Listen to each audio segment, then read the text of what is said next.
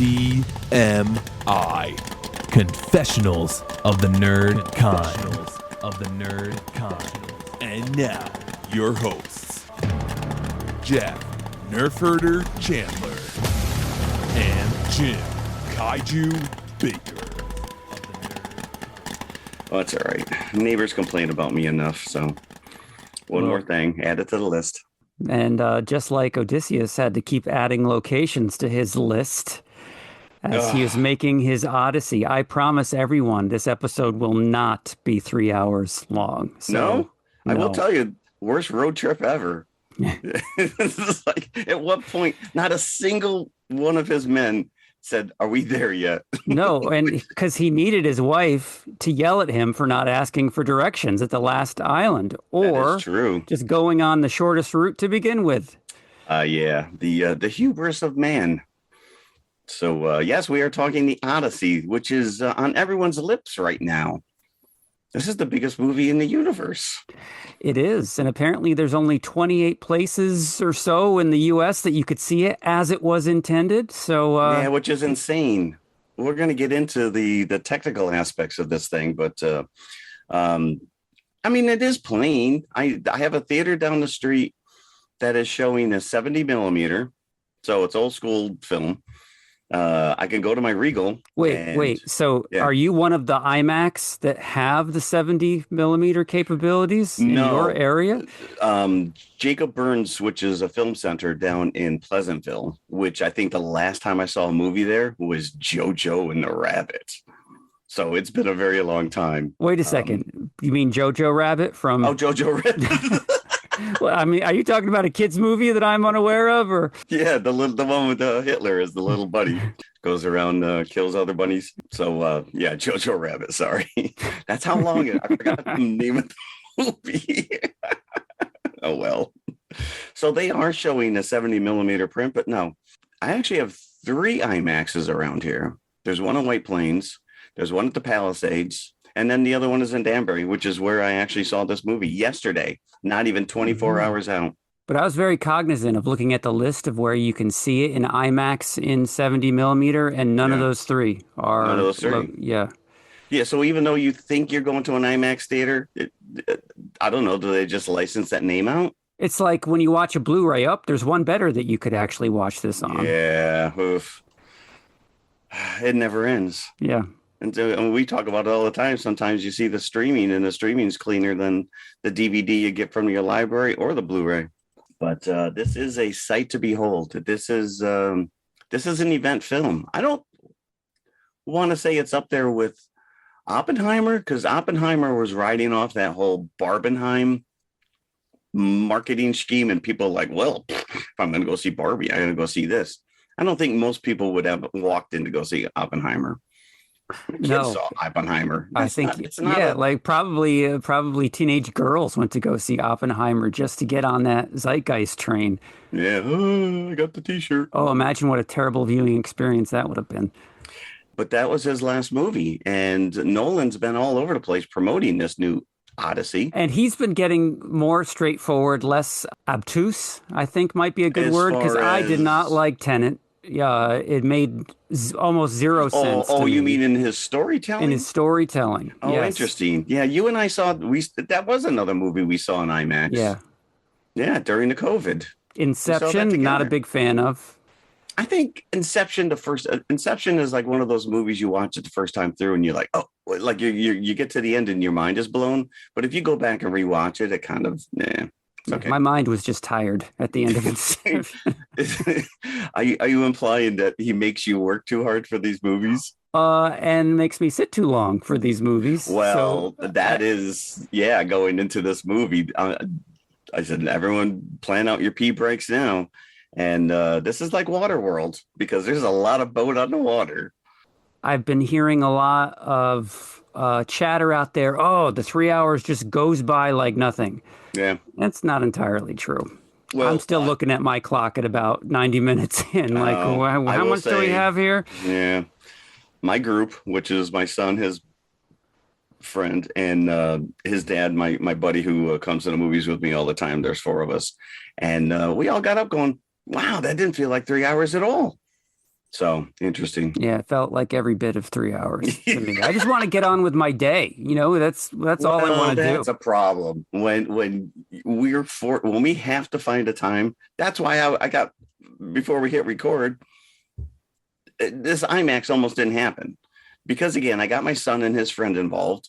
And then they were like, well, I got a date at 6 and I'm going to work and I don't know what time I'm going to get out. All right, we need to, as my mom always said, pee or get off the pot. So I finally put my foot down. I said, that's it. I'm out. I'm just going to go to Regal. And then all of a sudden, everyone got their shit together. And here we go. I'm going to buy 4 tickets for the 10 a.m. on Saturday. And I'm not prejudiced when it comes to this 3-hour time slot. I recall checking my watch or phone quite often during Endgame. So I'm not excluding Marvel from this as well. It's a lot. It's much, especially in this nugget generation where we can't get past a headline when you read a news article. Oh, okay. Oh, that's it. War. Okay, cool. Moving on. Yeah, our attention span has become nil. But people are coming. People are going to this thing. I had a full packed audience. Yeah, and that's good to see because it's not like this is just an interim movie in between franchises. It's in the theater. This is a phenomenon in itself. Phenomenon. Phenomenon. Yeah. So we are going to be covering the Odyssey. As you said, it will not be a 3-hour review. But then we're going to back it up with Jason and the Argonauts from 1963. Which borrows heavily from the original source material. He's not as well known. Jason's not as well known as Odysseus. I think when Jason is sailing through the crushing rocks, that's Odysseus's ship that they see coming the other way. Yeah, right. They're like, oh, crap, we sailed into the wrong movie. No wonder why he couldn't find his way home. Yeah. So I'll do a little bit of news and then we'll get into it. Yeah, let's do that. So, all right, we're gonna do what they call a good news, bad news sandwich here. We'll do good news, bad news, and then good news again. So, as we just mentioned, with people actually going to see this movie, we recently covered Masters of the Universe, which is now streaming on Prime. You can watch it for free, and I can't tell you how many people on my Facebook thread and Instagram, this is a lot of fun. I can't believe I missed this. You know what? Screw you idiots that didn't go to the theater to see this. You made judgment calls because you read someone else's review and now you're seeing it for yourself and you're like, holy crap, this is a lot of fun. Yeah, thank you. It bombed at the box office. Now go listen to our episode. Correct. But again, we say this all the time. We're just two idiots with a microphone. And it's our opinion. But now everyone's out there lauding this thing. And I'm like, where are all these people that were poo-pooing it? We've got the covered wagon. We're picking them up. They're jumping on with us as we're going through their neighborhood. So I think Prime, who actually backed this thing, saw this coming. They weren't concerned about the box office numbers because they already greenlit a sequel. Even though the numbers were abysmal. They're not Supergirl bad, but they were not good. There was a lot of crying and complaining that it didn't take itself seriously. But now that it's out there and everyone can watch it for free, suddenly they're enjoying it. All right. So now that was some fun news. Unfortunately, we have to bring up multiple deaths in the last couple of weeks in the pop culture universe. So we lost Bonnie Tyler. We lost Sam Neill of Jurassic Park fame. Survived the cancer. Yeah, I thought he was on the mend. I thought he beat it. Yeah, unfortunately, when some of this aggressive medicine, I mean, I don't know the full story, but sometimes it's it's like watching those ads for take this pill and lose weight, but the side effects are so horrific. It's like you could die from a train crash. It's like the side effects are brutal, and unfortunately, I think he just succumbed to something else. But one news item, which is Katie Hoddle. Now, if anybody doesn't recognize that name, she is the little girl who used sign language to speak with King Kong in the legendary Godzilla Kong series. And she was in both movies. She was in Kong, Godzilla versus Kong, and then Godzilla X Kong. Do we know, is she in Supernova? I don't believe so. I think that all those articles would have let off with that. I couldn't find anything to say otherwise. 18 years old. She just died in a horrific car crash. The Godzilla family, I would like to say, out there is just so insular and like an in-group. Even today, when the MonsterVerse is so popular, this one particularly was upsetting to me. Yeah, not only because of that, because she was so young. The age. Yeah, what's even more horrific is the driver was only 19. He survived along with another passenger. Is this kid going to get charged with vehicular manslaughter? This is an awful lot of lives that are now ruined by this. But yeah, that's very sad. You never want to see someone that young, and especially taken away in such a ridiculous and tragic way. It'll definitely make a different viewing experience for these two movies going forward. Yeah. Now, she was deaf in real life. Yes. I believe she was, right. Yeah. So, she had a pretty promising future there. So it's unfortunate. Well, let's talk about SDCC. Let's do it. Let's call us San Diego Comic-Con, because that is just ramping up as we're speaking this morning on Sunday.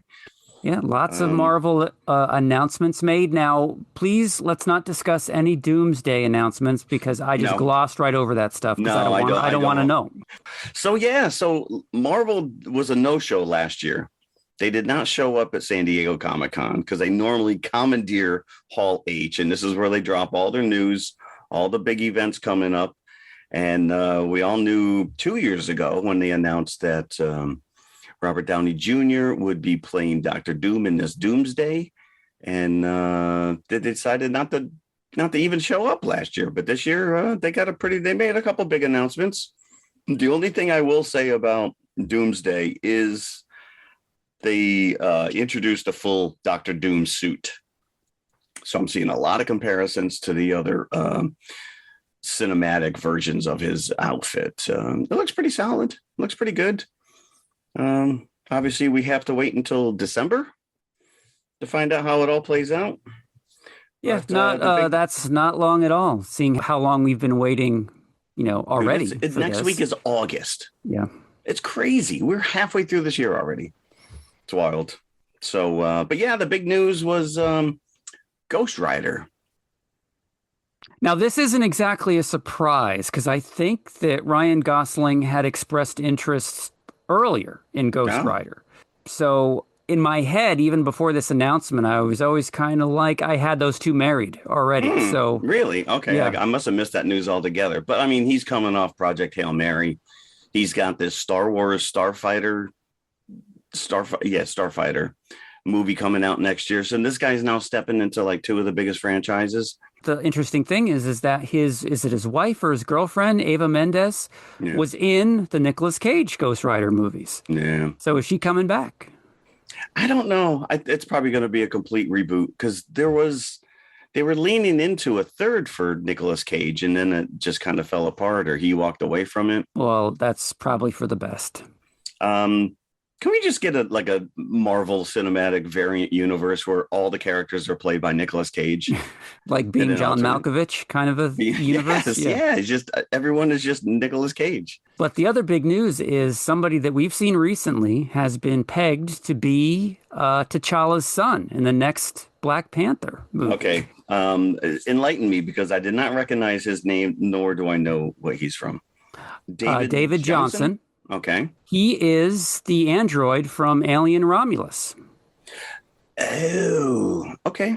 And I also just saw him on HBO Max as one of the leads in The Long Walk. So he is all over the place these days. Yeah. Did you watch it? Yeah. I did watch it. Yep. I'm not sure where I stand on it. I haven't watched it yet. It's bleak. But it's like Walking Dead type bleak. It's not like disturbing. Okay. Yeah.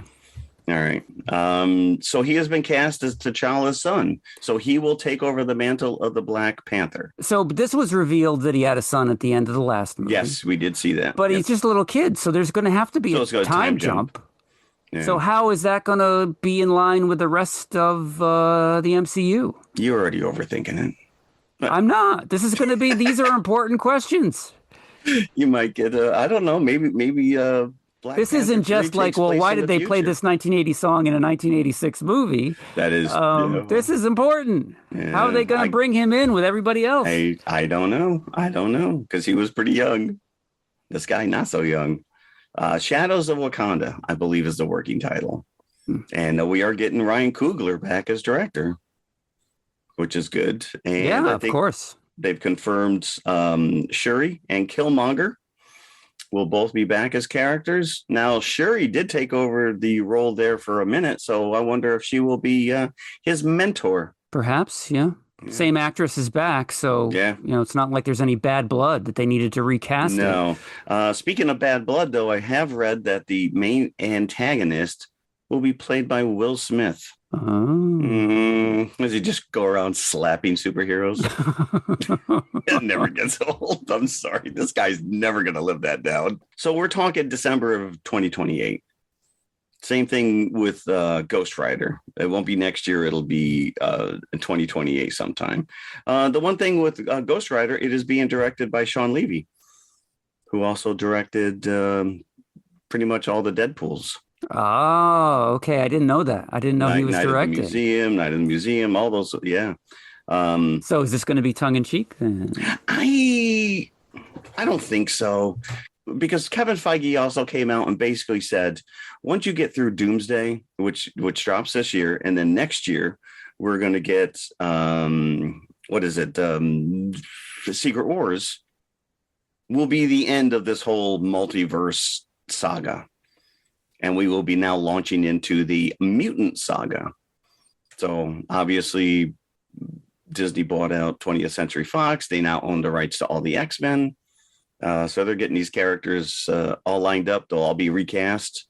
And I would assume maybe with Ghost Rider, you would get like a Midnight Suns team group with some of these other magical characters, I guess. All right, so shall we get into it? Let's get into it. Yeah. An epic poem by Homer.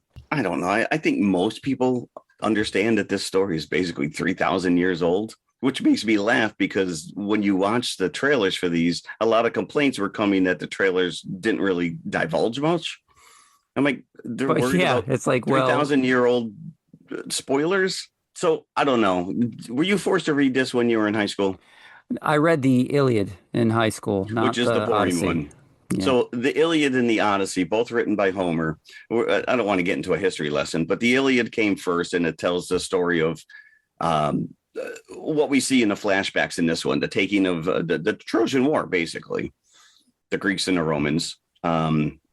Their characters, some of and those if you want to go watch that movie, Troy, I think, is probably the most recent. On TV last night, and I put it on because Nolan originally was set to direct that. Did you know that? No, I did not. He was set to direct that, and I've seen him in multiple interviews, and he talks about it, because one of the things he came away. So at the end of the day, he ended up dropping out. They gave it to Wolfgang Peterson, directed Troy, and then Nolan went on to direct the Batman Begins. But one of his ideas that stuck with him was what we see at the very beginning of this movie, which is the Trojan horse as just like a giant statue stuck in the sand. He's like, you're trying to sneak this thing in. Why would you put it on wheels and make it easy for them? Like, it's a little too on point. So he decided, we're just going to build this giant statue and then hide inside it and drowned. But they must have had Michelangelo on that ship. I don't know who sculpted that head. How exactly did they make that look so perfect from just discarded wood, I'm thinking if this was a real story, that it would look crude and hobby horse like. It would probably look like a rabbit, a box with a rabbit head attached to it. It wouldn't be anything. And that's the other thing I'm seeing too. So History Channel has been all over this, giving you the lowdown and telling you the breakdown of the book and in Odysseus's travels, and he went here and he went here. This is all made up story. This is not yes, the Trojan War existed, but these are made up characters. He never really did all this stuff. And so for you to be he did not see the Cyclops or the Cyclops witch did not see him. No. Yeah, he had his head turned. He couldn't Yeah. see him. Let's get into it, because I was worried, and I mentioned this on the last episode. A lot happens in this book, in this story. And how the hell is he going to condense this into a 3-hour movie? I said, I wouldn't be surprised if we find out there's 2 movies. Part 2.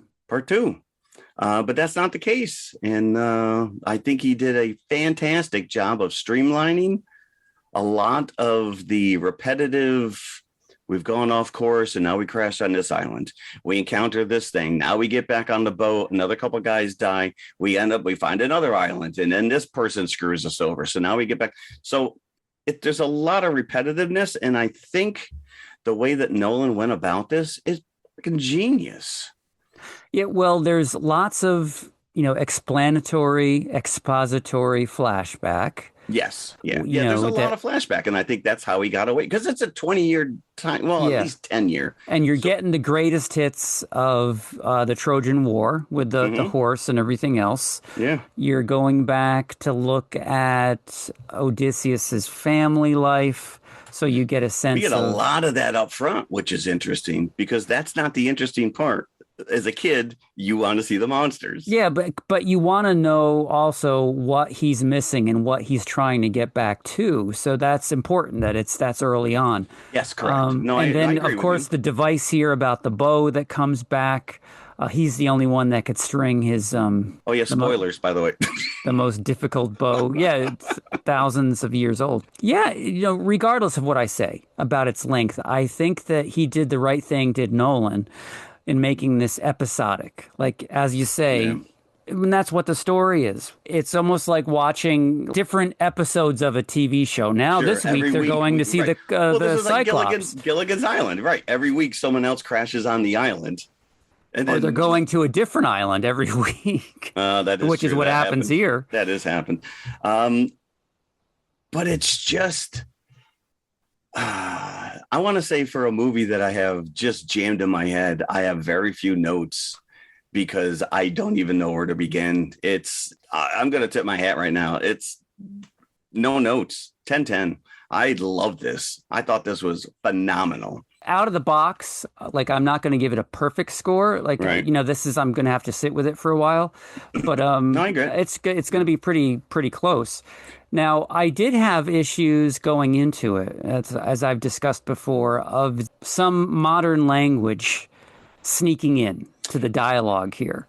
But watching the whole thing, it didn't really bother me. I have to apologize. Like, I think I zeroed in on the Tom Holland calling Odysseus his dad in the trailer. Yeah, he does. Yeah, he does. Yeah, when he's dropping the thing at the end of the movie. Yeah, there's little moments like that, and right, because it's all in English. Yeah, but I think, he very smartly, he kind of introduces a little bit of modern language to not alienate the mass audience that's out there. Right, but it's obviously not like going you're to see watching this. a Star Trek movie where, or even like The Mandalorian, where the Hutts are talking in Huttese, and you're just getting subtitles. And then eventually it just rolls into English and you don't even realize it. They're just out there acting. And I don't think it takes away.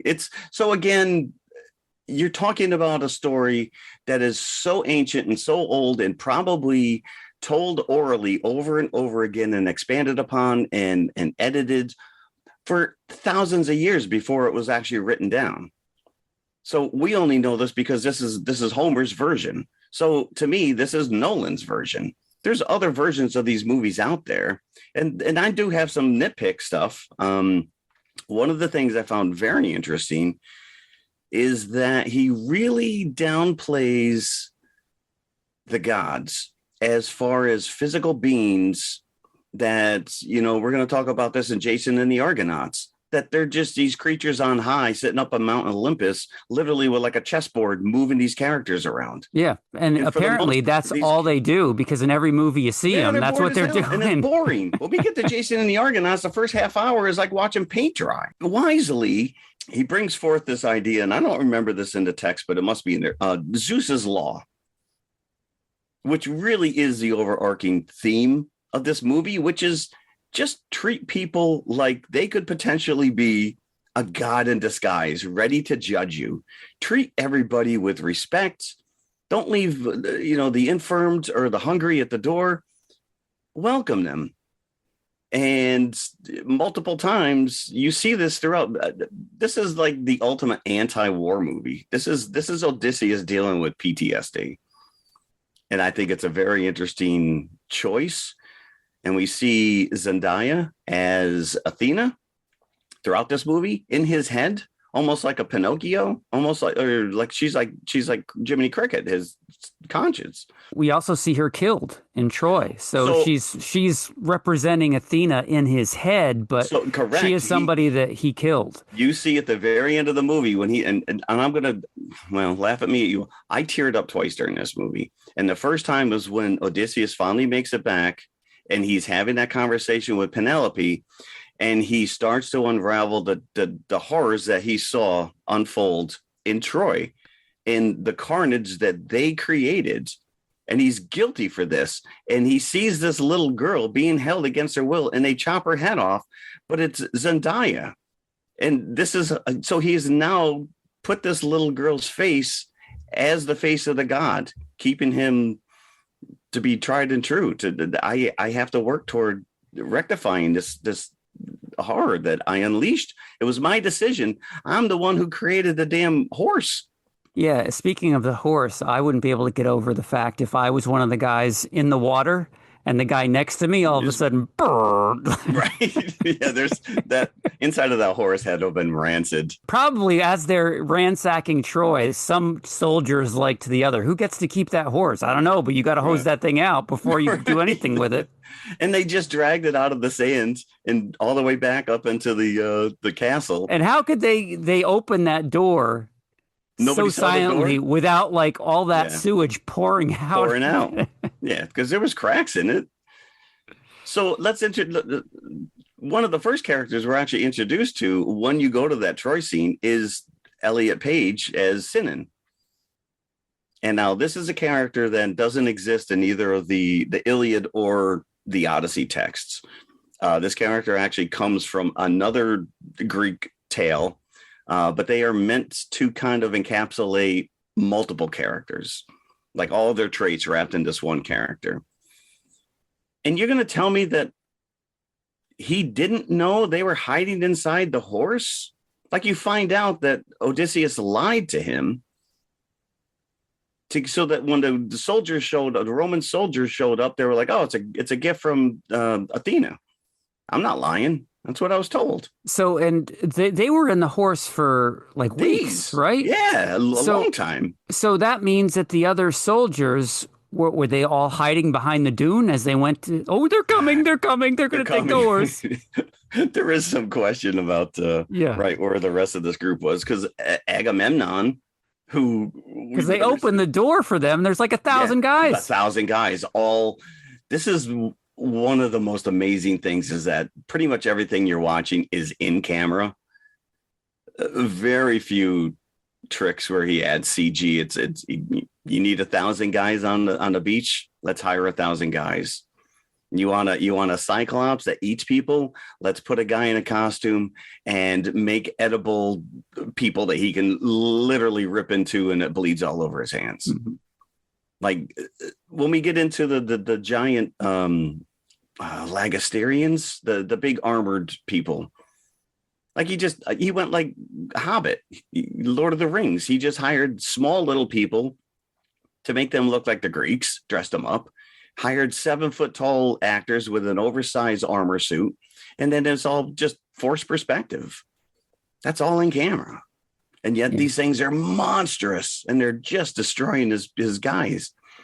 And that's the one thing with the story, is this guy, he's supposed to be this brilliant tactician that defeats, in Troy. And yet he's constantly second guessing himself when he gets to these islands. He's like, we followed Agamemnon enough. It's time to go home. We're just going to follow the let's go the long way around the opposite side of the world. Yeah. Now there's two obvious changes that I noticed, and again, it's been years since I actually dug into this text. One which was genius, because a lot of this is told in flashbacks when you realize he has been stranded on this island with Calypso, who is played by Charlize Theron, and she has bewitched him. In the text, he willingly goes with her for like a year, but she's feeding him this lotus flowers to make him forget about his crew and about his family, because she sees how heartbroken and how distraught he is over what he has done. I was getting the impression that he was taking it willingly in the movie. And Well, yeah, as there's one scene where at the beginning where he's eating the flower, he's like, I can't remember yet. And as she walks away, I just picture him biting his fist like Lou Costello. But those are two different stories. Calypso seduces him. He willingly goes and beds with her for like a whole year, even though he's longing to get home. So, and then they later meet these lotus eater people who make them forget where they are. So he combines those two stories. So it's one less island to go to, and it makes perfect sense, because now this is where he's coming to terms, and she's trying to listen. Stop eating the lotus and you will remember. You'll remember your crew. And this is where you're getting all these flashbacks from. And you realize, and they do a good job. He's got the gray beard. He's haggard. So they do a good job of aging him and making him, like he's real. Like, what happened to my crew? Where'd my crew go? And yeah, well, you screwed them. Yeah. So apart from the flashbacks to Troy and to his life with his family, it's really two concurrent stories that are going on. His Odyssey to get back home, going from supernatural event to supernatural event, and then back home, where unfortunately his wife Penelope is now saddled with all these squatters. Squatters. Yeah, listen, the king's been gone for 10 years, honey. Yeah. It's time to saddle up and move on. So these guys that just invite them, they just invite themselves over to the castle every night, eat all their food. Constantly. And they're led by Robert Pattinson as Antinous. Antinous, who he plays a real fantastic douchebag. Yes. So, they bully the son, played by Tom Holland, because he's not of age yet and he can't do anything. So how do you feel about his performance? Because one or two reviews that I've listened to have really kind of downplayed him, and they said that they didn't, like, he was just playing Peter Parker. And I don't feel that way. Well, maybe just because Nolan chose to have most everybody, if not everybody, speak in like an American accent. Right. So that is true, because Tom Holland is British. Yeah. You are correct. That might all that adds up to is maybe he just is speaking in the same accent as Peter Parker does. I don't think he's, necessarily acting like Peter Parker. He's kind of stuck in this situation. See him climbing up any walls. Yeah. Unlike when the Punisher comes on screen, and I'm seeing him as the Punisher the whole time. So that's funny, because I'm looking at this and I'm like, wow, if I had to give this an overview, I'd just so Jason Bourne gets he's got to try and find his way home to his wife Catwoman and his son Spider-Man. Before Batman gets into his wife's pants, and these characters. This is like Towering Inferno, Poseidon Adventure level casting. I guess when Christopher Nolan comes knocking, you say, "Yeah, okay, whatever you want me to do." Yeah, and I was surprised, because Elliot Page's character, you see him get taken out like in the first 2 minutes, but he does come back and he plays a very pivotal role. And the guilt of Odysseus lying to this guy in order to perpetuate the lie that they're hiding in this Trojan horse, he feels guilty. And then when he goes to Hades and he actually talks to the dead, Sinan is there and is like, you lied to me? I'm dead. I'm like hanging out with all these rotten corpses over here. And Odysseus probably like, to be fair, we were making all the noise in the world in there. Correct. One guy had explosive diarrhea and you couldn't hear that. Damn Taco Bell lettuce. But let's get to the good stuff. The monsters. So these are always, I was disappointed with one monster, but fine, whatever. That's just me. So they start off on their way home, and again, as you said, I don't want to follow Agamemnon anymore, even though it'll take us like 2 days to get home if we follow him. We followed him for 10 years. He's kept us alive. Now we're going to be like, we're good. Yeah. Dude, I'm going to forge my And it's own not like you're following him. You know the way home. So how come they sing songs about Odysseus, but not Agamemnon? He's the one who was like, I mean, yeah, Odysseus was the one who actually, decided let's just hide inside this horse. But Agamemnon's been running this campaign for 10 years. Yeah. These idiots, every time they land on an island, well, let's go find some provisions and let's just burn down the village. Why did these people all run away? Well, we thought you were the sea people because you came from the sea. We heard that numerous times, and yet there's no real answer to who were these sea people. There is. It's stated at the end when Penelope tells him, you're the sea people. The word of them has traveled around. So they're the ones that come and pillage from the sea. The Odysseus and his crew. The myth? That I never picked up on. That I didn't pick up on. How word got back to anybody else since they were on the other side of the world, I don't know. But marauding. Well, how else, right? People come home and start singing songs about him. Did you hear what the Cyclops said? Right. He said, ouch! So this poor guy, this Cyclops is just tending to his sheep, minding his own business. These a-holes sneak into his cave, immediately start drinking all of his food and whatever. Let's stoke that fire. Let's greet our new host. And was he truly a Cyclops? It looked like he was just had like a Jason Voorhees kind of deformity. So that's a real deformity. If you look up cyclopia, which is a real birth defect, people are born with one eye sometimes, and that's what it looks like. It almost looks like not just a single eye going across the middle. It's more like a vagina, a vertical slit, and his face was askew. And this was an actor, Bill Irwin, who actually, I think, had a credit in Grinch Who Stole Christmas. But on set, it was a puppet. They had a life-size puppet. And then, like I said, he eats some of Odysseus's men. And, does he eat them or just bite their heads off? Oh, no, well, what's the difference? What's the difference? I think once you get into the armor, you're like, oh, man, it's got a crusty outer shell. I don't like that. I just like the gooey insides. But they were real. They made the special effects department made like these 12-inch dolls that he could actually bite into. And they had skeletons inside and gelatinous flesh, and the blood would come out and the clothing would come off. And I'm like, you know what? If you're going to cast me in a movie, I want to play the Cyclops. Yeah. Just like Ozzy Osbourne, he's known for going on stage and biting heads off. Yeah, but listen, this guy is like, all right, I got a meal. And he makes cheese. He makes cheese, fine cheese. Yeah, from what? The goat's milk? From the goats. Yeah. Is he milking these goats? He's milking this with little tiny udders. He's like, my dad's not going to be happy with this. You poke my eye out. So that's why they end up facing the wrath of Poseidon. Now, in normal tellings, you would actually see Poseidon. You would see the big giant king come out of the water with a crown on and his trident, which you do see in Jason and the Argonauts. Oh. So the Romans, when they took over Greece, basically just took all these stories and replaced their names. So like Mercury is Hermes. Poseidon is Neptune. They just changed the names. So when was he Triton? I think Triton is the thing that he actually holds in his hand. Well, isn't it? What's his name in The Little Poseidon. Mermaid? King Triton. You're right.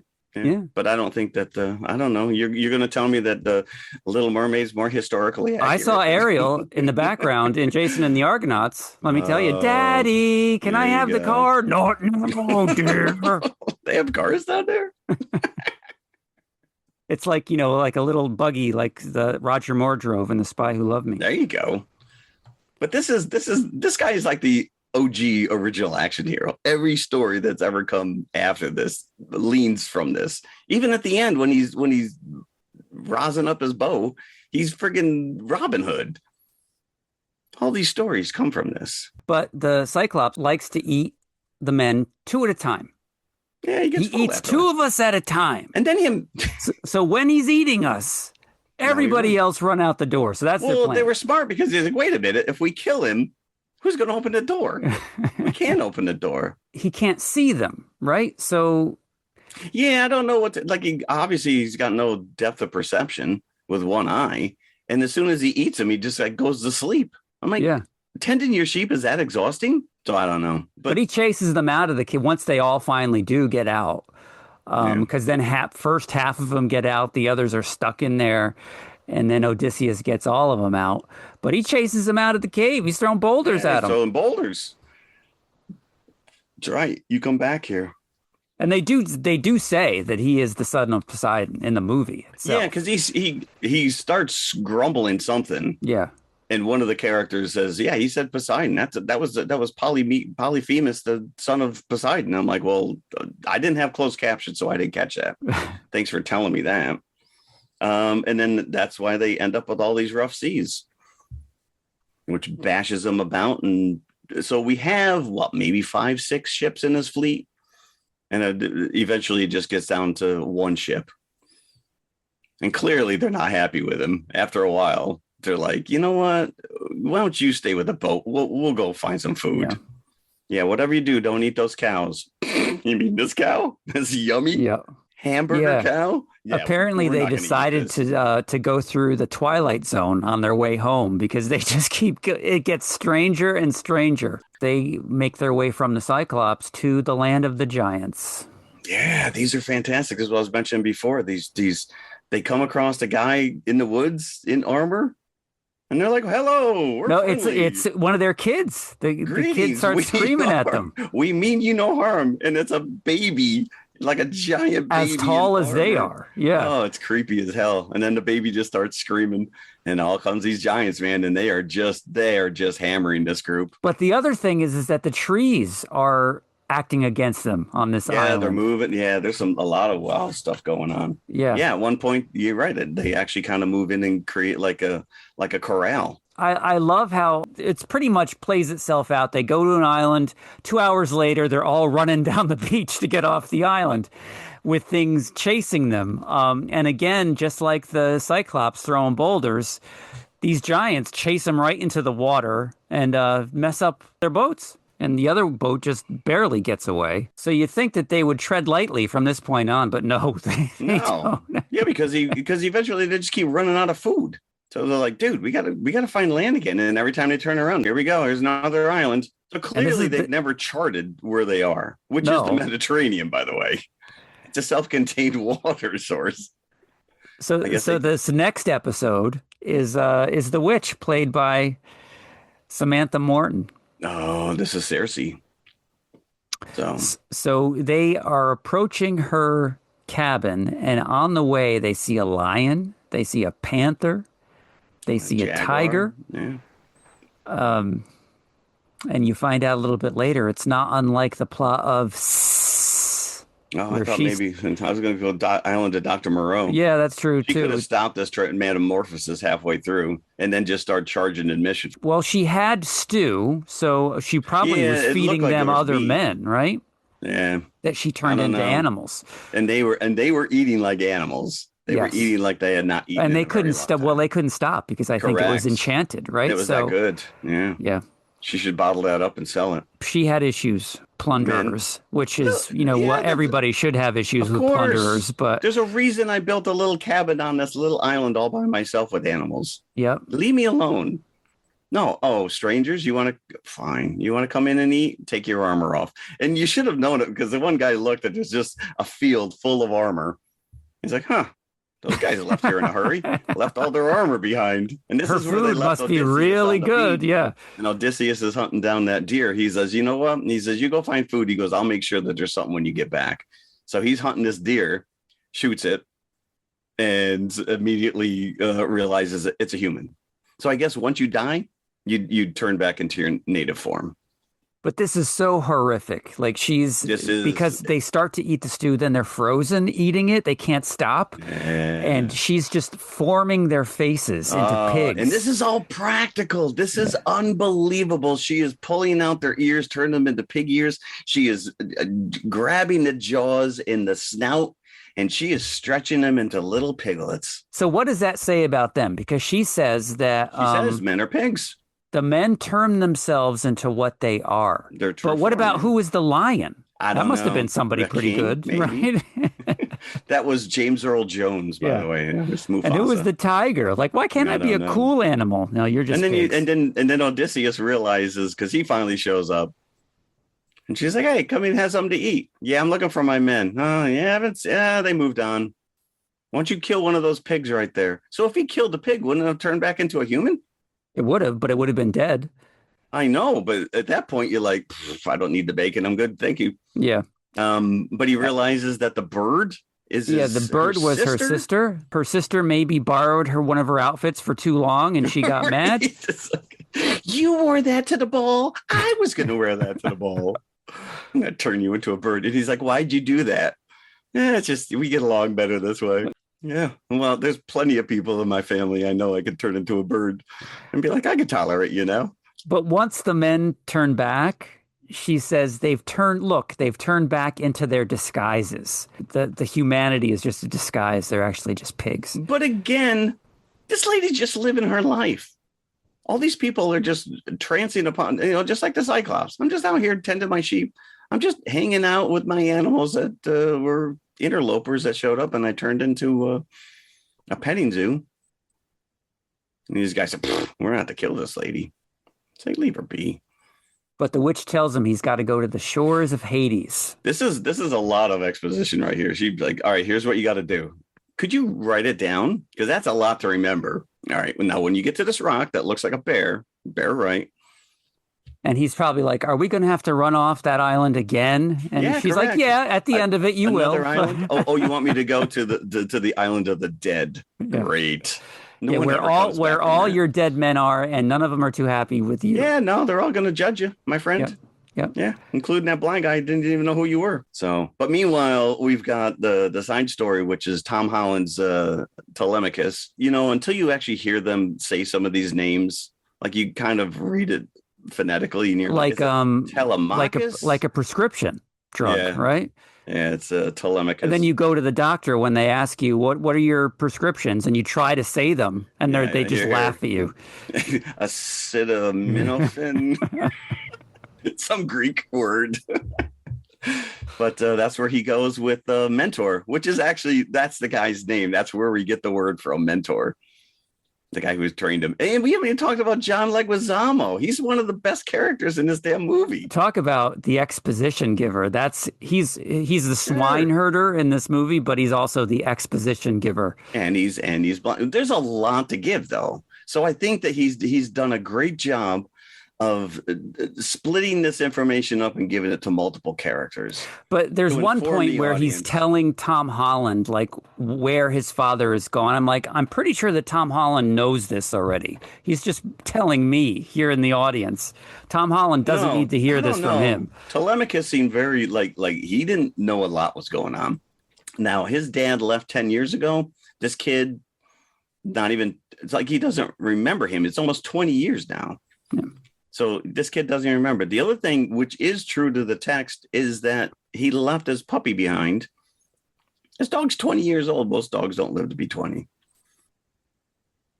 Just hanging on. And yeah, you can't hurt that dog. That's the big reason you want to see Robert Pattinson get it, is because what he does to that dog. What's interesting is that one of my notes stated that's actually a rare breed of dog that existed back in so the dog's name is Argus, and he's a Portuguese Pondango, an ancient breed, and apparently there's only 75 left in the world, now 74. I think that dog really died. He looked pretty old. If that dog was acting, bravo. Yeah, because his trainer's like, act old. So Mentor and Telemachus, they have to go find his dad. What happened to my dad? We haven't heard anything since he left Troy. And the one thing I will say, Anne Hathaway is phenomenal. There's a scene at the end where she just rips into Telemachus and just lays it all bare. And I'm like, I wanted to stand up. I'm like, bravo. I mean, that performance, she is just like, yeah, the situation. F your father who went out for cigarettes 20 years ago and just never came home. leave me in this house with a bunch of men who all want to bed me. Screw you. She'd let it all hang out there. They're trying to decide now whether or not they're going to submit her for Best Supporting Actress or Best Actress. I'm like, well, Oh, really? if she's a supporting actress, then who's the actress in this? Right. Huh. That's interesting. Yeah, no, she's got to be main actress. She's pretty much, I mean, because like Mia Goth is a throwaway character. Even Charlize Theron. Zendaya, I mean, she shows up, imparts some wisdom on him, and then disappears. Like, again, she's just Helen Cricket. also comes and goes. Face that launches 1,000 ships, and then he turns her face, and you see that she's half scarred. He goes, "Well, maybe 500 now," and I'm like, "That was the only joke I caught in the whole movie." But let's get back to the shores of Hades. Yes, which was filmed in Iceland, by the way, the Black Sands. So, as you said, Elliot Page's character comes back. Very accusatory. Damn straight. I'd be mad. Agamemnon comes out of the crowd. Yeah. This guy never takes his helmet off. You know, never really see his face. Well, it's a very cool helmet. I don't think he's played by anybody like that I know. I did not write it down, but I believe that. Yeah, I don't know. It doesn't matter. He's all large in charge. He's like Darth Vader. Take that helmet off, you're like, oh, you're just a. But it's a very effective, creepy sequence, especially Elliot Page, because they modulate the voice, and it just comes across as somebody otherworldly. Like Pet Cemetery when they come back with the dirt in their throat. Yeah, and they die like this. It's like, yeah, okay, all right. But he's told from there that they've got to pass the sirens. To sail west past the sirens. And this guy's like, you know what? No one's ever survived this. I want to hear this. As I said before, they get chased off the shores of Hades by his men, who are none too happy with him. Yeah, they revolt. Look at this a-hole showing up here. Oh, I'm still alive. Look at me. Yeah, at least you can go home. Right. He puts beeswax in all their ears. And I thought this was fantastic because once they put the wax in the ears, then it just goes silent. All you're really hearing is what Odysseus is hearing. So did he just want to show off to his men by like, I can take it. I can take it. Don't put the wax in my ears. Yeah, this is like one of those levels of hubris where this guy is like, not a single person has survived this. Lash me to this pole. I want to hear it. He was not too happy with it. I bet you probably could have just played Yoko Ono singing and it would have been just as torturous. But you don't really see, like, no one really jumps. Did one guy jump overboard? Took the wax out of his ears? I think you're right. One guy did. Yeah. I would have liked to have seen them. What they would have done is cast Tom Waits in a blonde wig and had him up there, and he would have been like, waltzing Matilda. That would have made me scream. With a harp. Tom Waits with the harp. There you go. Oh, so let's talk about that because Ludwig Göransson's score is amazing. This guy went out of his way to dig up old Greek instruments and even recreate some that no longer exist. This reminded me, it's funny because this reminded me a lot of the first Bjork album, her solo album. There's a lot of these instruments on there. So I'm expecting her to like start singing. Well, she's from Iceland, isn't she? Yeah. Yeah. All right. So this is just another layer. And the one thing I will say about watching this in IMAX is that the sound is just insane. It just it just engrosses you. And the vibrating, the chairs vibrate from the noise. And it's just super immersive. There's the whirlpool scene. Yeah. Now. So so you get Charybdis and Scylla. So Charybdis is the whirlpool. And Scylla is the tentacled creature that lives up on the rocks. And I think it was Circe tells him, don't sail toward the whirlpool because you're all going to die. If you go in between, the creature's going to come out. He's going to eat 6 of your guys, but the rest of you are going to live. So again, Odysseus is making decisions. Well, you know what? It's like 6 guys are going to die, but the rest of us will live. The great thing, he's using reverse psychology on Correct. he has to. Yeah, this guy. He's like, okay, let's go through the whirlpool. knowing that they're going to say, forget What? that. You're crazy. If he makes it their decision, then it's okay to go through the rocks. Yeah, If now he it's your said it, fault. they would never now do it's it. your fault, correct. Yeah, look what you did. I told you to go through this damn whirlpool. But this is the one creature I was very disappointed with. Yeah, you couldn't really get a sense of what it was. No. So in our backup feature, at one point, Jason fights the Hydra. Yeah. That's the Scylla I wanted to see. The open mouth beaked creature, 7 heads or 6 heads, whatever you want to. And this was this looks like Rocky's offspring from friggin' Project Hail Mary. You couldn't get a real sense of what it was. Just enough to come down, it eats the 6 guys, and they each got one in its mouth, and then it's good. All right, we're good. So after this, they get to another island, the Sun God Island. If you kill this cattle, you will all die. Yeah, Tiresias said so. And this is where they get to the point where this crew is like, you know what? You stay with the ship. You stay here. We don't want. Yeah. All right, we're not going to eat the cows. And then they eat a cow, and the gods smite them. Yeah, It lets them leave because they couldn't leave before that. Right, because of the winds. It's like psych. Yep. Yeah. Okay, we'll let you leave, but then we'll drop the worst storm in the history of storms on you. Poseidon's sitting over there. Can I just bring this up? Because, we're both from New York State, and I lived in upstate New York for pretty much my entire life. You go from Troy to Ithaca, it's no longer than a 3-hour drive. Even if you go through Syracuse or even down to Binghamton, it should not have taken them 10 years. And I've never seen a Cyclops. Oh, clearly you've never been to my hometown. I know there's at least one family member listening right now going, you're an asshole. A couple of giants, some witches as well. Yeah. As they're enduring the worst storm known to man, the ship finally has enough, breaks in half. And then Odysseus finds himself washed up on shore and meets Charlize Theron. Yep. So this is where comes full circle now. He's told all of his backstory. He's been collecting the pieces of the ship. And she's like, just stop eating the lotus. You remember it all, including your family. I got family? Yeah, you have family. Yeah, she's hot. Your son's a bit of a dork, but yeah, you should probably go back. Is she hotter than you? Well, that's arguable. Yeah, that is. That is questionable. I don't know. She knows how to loom, though. Apparently, Anne Hathaway spent like weeks training on that loom.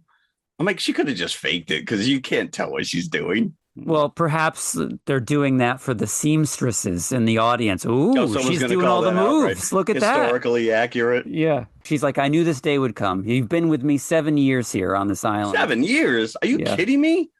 Like, he's like, dude, what? And they don't have a kid of their own yet? They build a raft, and he just like floats on the raft. Yeah, he just, fine. He just Tom Hanks it out. He's like, all right, we're going to go. Not even a volleyball. Yeah. I'm just going to lay here, look at the sky and let the sea take me. I cannot stand these scenes because I hate salt water. So every time you see the water splash in his face, I'm like, that just burns the eyes and it's disgusting to get in your nose. I don't know how whales do it. But he washes up on his homeland. I know. No time at all. Well, I mean. So he was just on the next island over the whole time? Yeah, I don't know. There's a lot of questionable decisions this guy's made. I can see Ithaca from my house. Yeah. And that's where Athene is like, you don't recognize your home? No, I don't. So he sneaks in as a beggar to the banquet hall so he can get a lay of the land, what he's dealing with these suitors. So he plans with John Leguizamo's character. Eumaeus? Was that how you pronounced his name? Eumaeus. Yeah, let's go with that. So he's going to go in there and kill them all, Charles Bronson style. They're going to lock the doors, but they lock them from the inside. Any one of those guys could have unlocked it and gotten out. It's not well, they were all chicken. But before that, he had to go and get Telemachus. He got a group together to go to the temple to stop him from because what's his name? Robert Pattinson's character had already decided he was going to send a group to go and cut off. Because if you get rid of the kid, now he can't ascend to the throne, and now Penelope has to marry one of them. And Batman is doing a pretty good job of trying to get into her pants there. He's working overtime. So they have a big banquet. They set the trap. Penelope's like, fine, you know what? I'm sick of this. Let's have a tournament tomorrow. I'm gonna have one challenge. Whoever does it, I will marry. And you know what's funny is that when Odysseus is about to enter the banquet hall and he sees his dog on the dung pile, that is a more emotional scene than reuniting with Tom Holland. Yes. Yeah, no, the dog dying after seeing this match. I've waited 20 years for you to come home just so I could die. Yeah. It's like, great. So yeah, this is, as a kid, this was kind of like the boring end of the story. But here, I mean, listen, he sweetens up this fight sequence. He does. It's like he might as well have been Jason Statham in there. Yeah. Well, Jason Bourne. It's cathartic. It and works. You know that Robert Pattinson like skipped out on he's a joining his army, so he was the one that stayed behind while he's the one who screwed Sinan. Yeah. Yeah, actually traded the little pippets or whatever. So he had that little cigarette thing, that little wooden cigarette. Yeah, it was like the short straw. You drew the short straw. Oh, you got the long straw. Oh, here, kid, trade with me. All right, I guess you're going to war and not me. Yeah, and he was working overtime trying to get Penelope. Yeah, there's a reason Odysseus wouldn't let me go because he knew that, you're going to need a strong leader and I'd be here for you. And it's like, dude, come on. We see right through what you're doing. Yeah. And is it Pattinson is the first one there that recognizes him before the Queen even does? Well, I think once he strings the bow, everyone's like, oh, shit. Like, I think we got played. And we've already established it early on. He's the only one who can string this bow. Yeah, anyone that can do it. And you just see everybody fail. And Pattinson doesn't even try. He's got that. Well, when all hell's breaking loose and they took all the weapons out, but the guy runs upstairs and quickly channels a hole in the ceiling and he starts dropping weapons down. He starts chopping into the floor, so he makes a hole in the ceiling. Pattinson's like hiding behind the column going, get the knife, get the spear, get the spear. And then he'd hide back again. I'm like, oh, dude, you gotta die a horrible death. So he plucks the bow. And it's a theme throughout the movie, which he says it's again going back to the Zeus's law that I'm giving my prey a chance to know that they're about to die. And he does that with the deer, and then the deer runs off. So, and it's just this, it's like this calling card. So all these other suitors are trying their best to string. Have you ever tried to string a bow? It's not easy.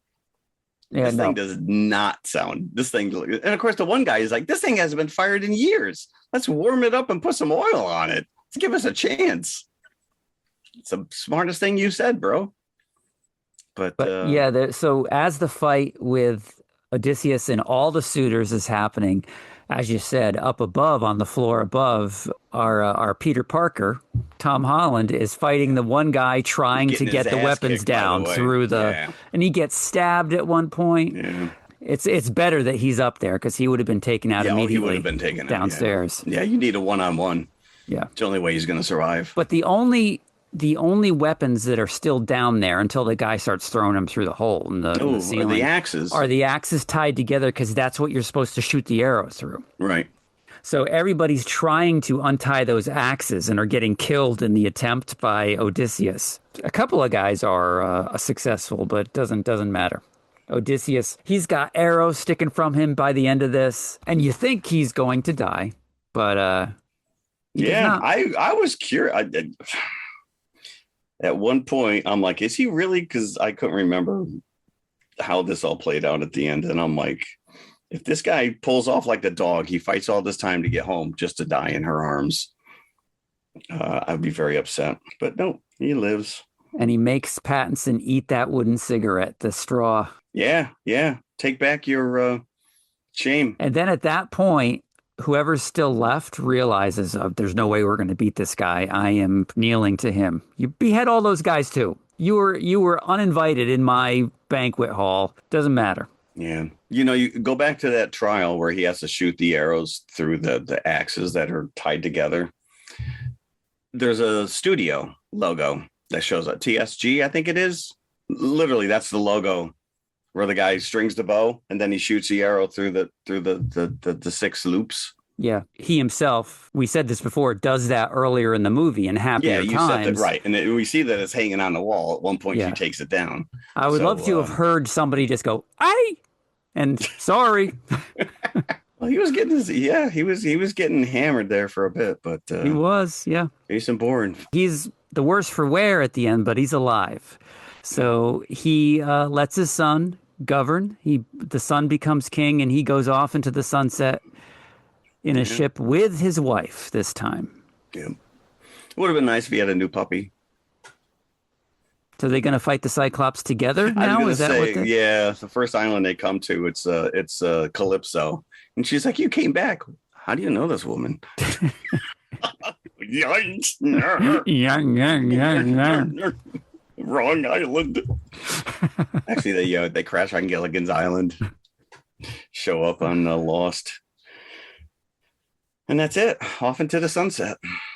They pass Tom Hanks on his raft with Wilson. Well said. We found this volleyball. Yeah.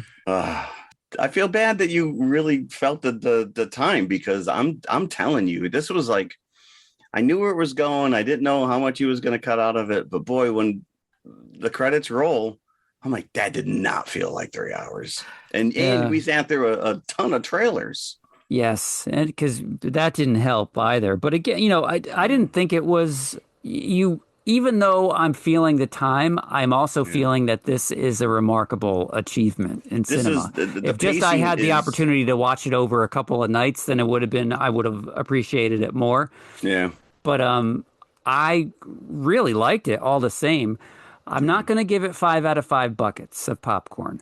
At this time, it might grow in stature for me. I'm going to go 4.5 with the Odyssey. I'm not gonna give it 5, because again, like I said, I'm literally 24 hours out from it. I can't really nitpick it to the point where is it Hugh to the storyline exactly? No, but again, this is Nolan's version of this, without this being like a 6-hour monstrosity. I think he did the best with what he streamlined it. He told the story. He merged a couple things together, but it kept me engrossed. And the fact that everything is so tactile and so in your face, and you can't help, you've read a lot about the way that he filmed this, because he not only shot it entirely in IMAX, which is the first movie ever, but when you realize that these cameras are monstrous and they make so much noise, like Matt Damon was like, this thing is like a Cuisinart in your face. And it only holds 3 minutes of film. That's it. So you're in an intense action sequence, and all of a sudden you got to stop what you're doing so that the cameraman can change cartridges. And it makes so much noise, I was reading, that everything has to be dubbed. Well, they got around that because they created what they called the bubble, which is they actually encased it to diminish the noise. But they did have to work out like a mirror system, because if you had 2 characters in the cameras in between them, they couldn't see each other. So they had to work out a mirror system so that at least they had eye line to the other actor, when they reacted to it. The blimp, I'm sorry, it was referred to as the blimp. And this thing, when all is said and done, this thing is like 300 plus pounds. And I did read that the 70 millimeter film is over 11 miles long and weighs 530 pounds. Wow. So you're hoofing that into a theater? Like, how are you transferring that? If that's the original, I don't know. It's wild. And the fact, again, there is some tweaking and CG and whatever, but they found a real boat, outfitted it, put these guys at sea, and they filmed. Put them on the islands. They shot multiple on location, no studios, no, and again, even like the giant monsters, like he just found a way to put it all in camera and not just cheated on the back end and film on a green screen. I don't know if you saw this news article, but Elon Musk came out and was complaining about some of the casting and the choices that Nolan made, and decided that, by the end of the year, my AI system is going to churn out a accurate version of this movie. Oh, okay. So AI is just culling from every source material out there. So you're going to make an AI movie with no actors, no one's getting paid, and you're just going to make an accurate version of this movie on the backs of basically this movie. I don't even want to comment on that. That insults my intelligence. It's insane. It's like, what? Go make rockets. Who the F are you to say that you can make a better movie than Christopher Nolan? Go F yourself. I don't care who you are. That's bullshit. AI. You know what? Don't even get me started on AI taking over the fucking creative world. So did you give buckets yet? Did I miss that? I didn't. I said I wasn't going to go full 5. You went 4.5, which is pretty damn high. I'm going to go 4 3/4. 4 3/4. This is, and it amazes me because I've seen people come out and they're like, oh, it was boring except for like the monster stuff, or this was the greatest movie ever made. What he did with the source material and how he did it and the way that he played with the timing and he played with the condensing the flashbacks, the soundtrack. I already brought up the soundtrack. Phenomenal. It's a huge work of art that needs to be seen.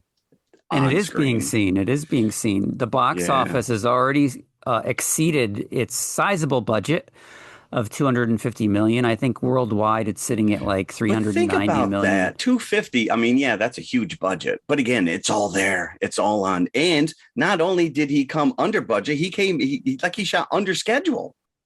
3 minutes a clip with an unwieldy giant IMAX camera in the elements. And this guy came in under budget. Well, obviously he knows what he's doing. This is my favorite Nolan movie thus far. Okay. I do need to go back and rewatch Interstellar. I gave that.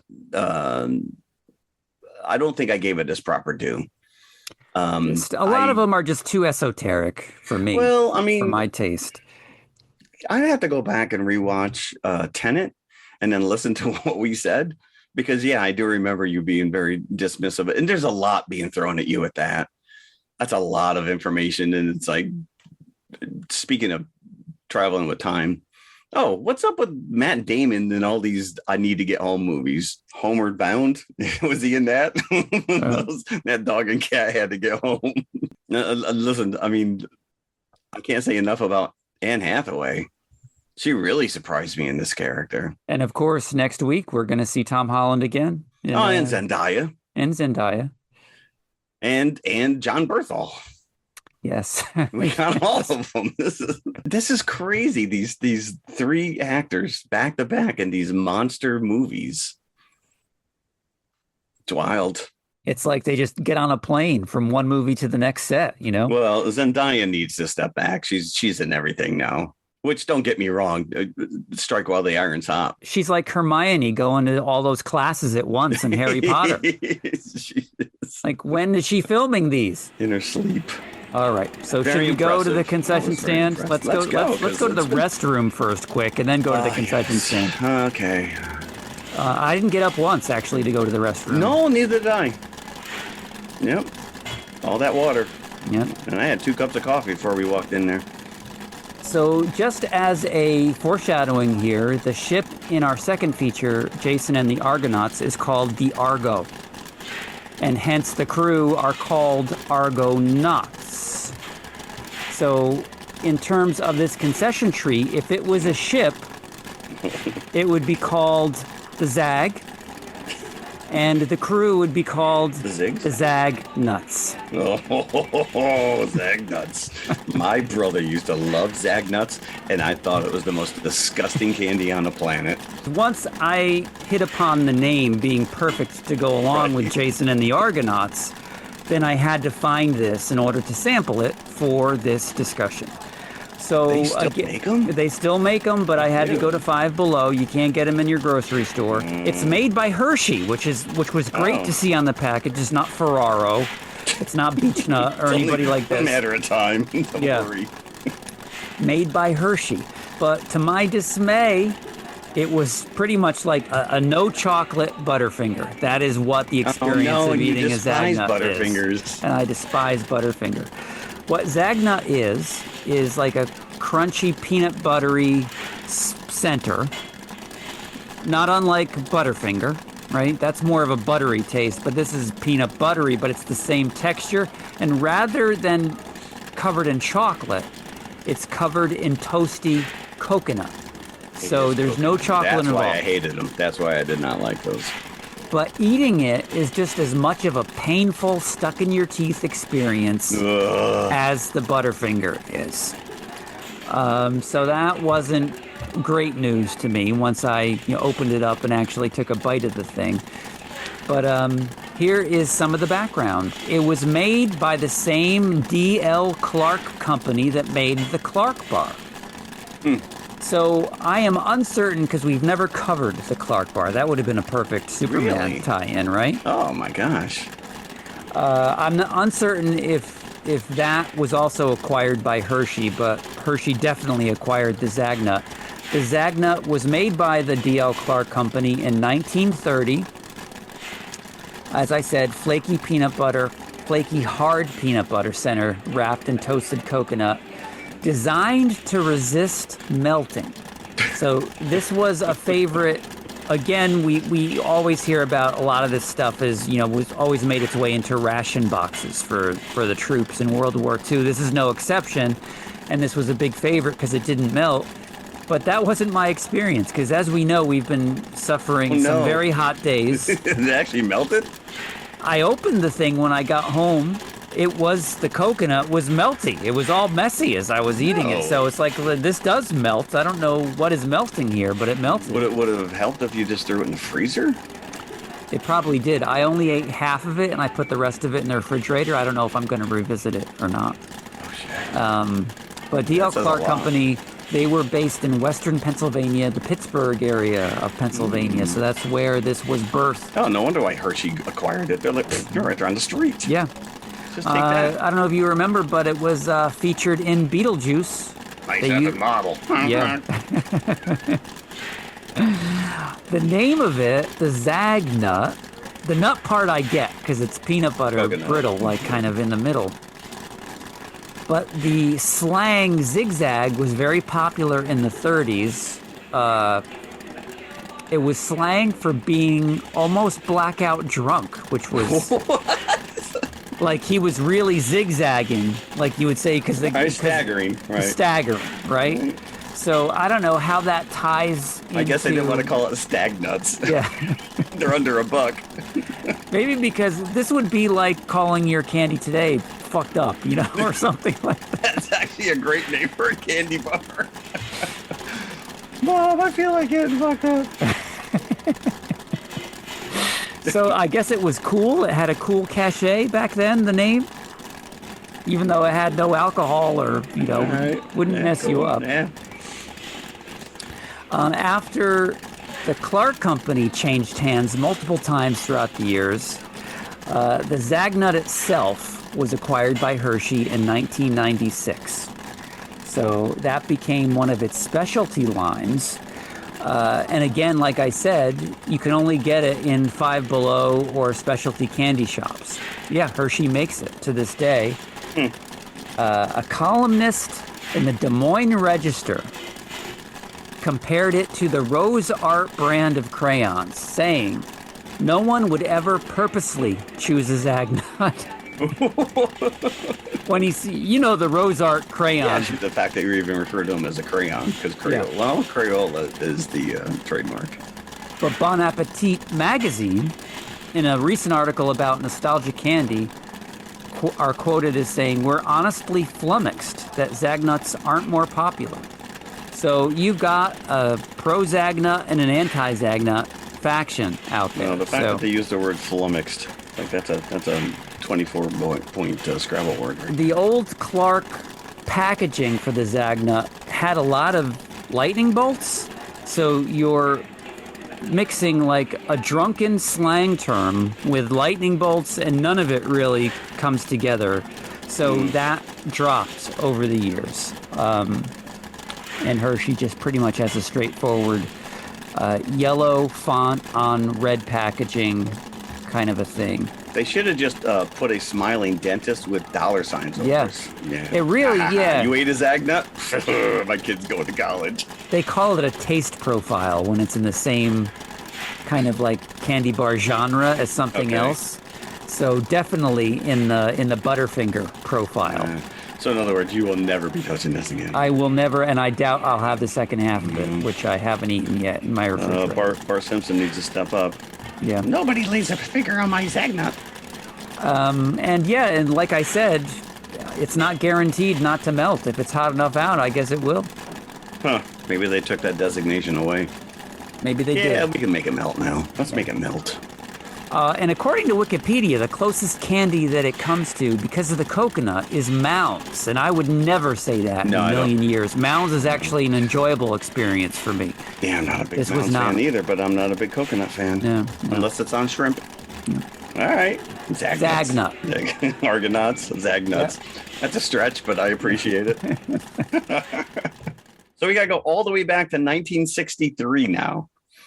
Jason and the Argonauts. This was the, we just mentioned that the Odyssey is like the OG action hero. This was Jason and the Argonauts pretty much laid the foundation for all the Sinbad movies. The Sinbad movies were already in existence when this came out. Oh, were they? Because Harryhausen had already made The Seventh Voyage of Sinbad in 1958. 58, okay. And this is 63. Okay, he is the GOAT. He is. So he had already come out with Seventh Voyage of Sinbad, Three Worlds of Gulliver, Mysterious Island, and, various other movies as well. Right. At this point. But interestingly enough, when these were released, they were always relegated to like co-feature with another movie. So they were always like a double feature. It's like no one trusted it enough to let it stand on its own. And this was the first, Harryhausen movie that was a standalone in its own theater kind of a release. Wow. And maybe because of that, and I'm shocked at this, it was never a box office hit when it was first released. Which is wild. Yeah. Because even when we saw this as kids on TV, we had already had Star Wars, right? So we knew it was just on the cusp of cutting edge special effects. Yeah. I mean, I can appreciate it now for how he did all this stuff. I mean, it is a true craft. But even then, it looked vintage to me, like seeing this as good as it was, and I would never miss it when it was on TV. Well, again, 1963. So sure. Yeah. It's, it predates Planet of the Apes or any of these other movies that we probably watched. But I would love to just ask somebody that was a kid. And I don't think my dad saw this in the theater when he was a kid. So I can't ask him, but I would just love to ask somebody as a kid, like, did this blow you away? Like Star Wars would have blown me away. Right. When you saw this in the theater in 1963. Somebody saw this. Phil Tippett probably saw it. That's why he went into stop motion animation. Yeah. Somebody's going to be blown away by this special event. I want to see this this really needs a 4K restoration. Does it not already? I think it's on Blu-ray, right? I think you can get it on Blu-ray. Okay. Well, I ended up, I only had the DVD available to me from my library. And again, there's, you're getting rear projection in some scenes. You got the stop motion. There's clearly multiple layers going on and things are shifting. Pull a Lucas and just do a special edition where you clean this stuff up and really let these special effects shine, because it is such a wild mix of live action with animation, with stop motion, with, oversized people playing characters. And it's just, there's a lot going on here, and you're right. As a kid, it probably, you're blown away. You've never seen anything like this. The standout sequence is the one they save until the end, the skeleton fight for me. Skeleton fight, which has been aped multiple times from Robert Rodriguez on down. And again, when you look at Harryhausen and you look at how this stuff is made, 7 skeletons, each completely articulate. So elbows, knees, head, wrists, everything moves. You're taking one shot. It takes 24 frames to make 1 second of film. And he's got to make sure they all move. 7 characters all reacting. So they filmed this stuff live on set, or not set, on location in Italy, like a year in advance. They film it. These guys are just shadow boxing skeletons. They're reacting. Oh, now pretend it hits you. Now he's got to go in and animate this character and make it line up with these live action. You can't screw it. And you can't have instant replay.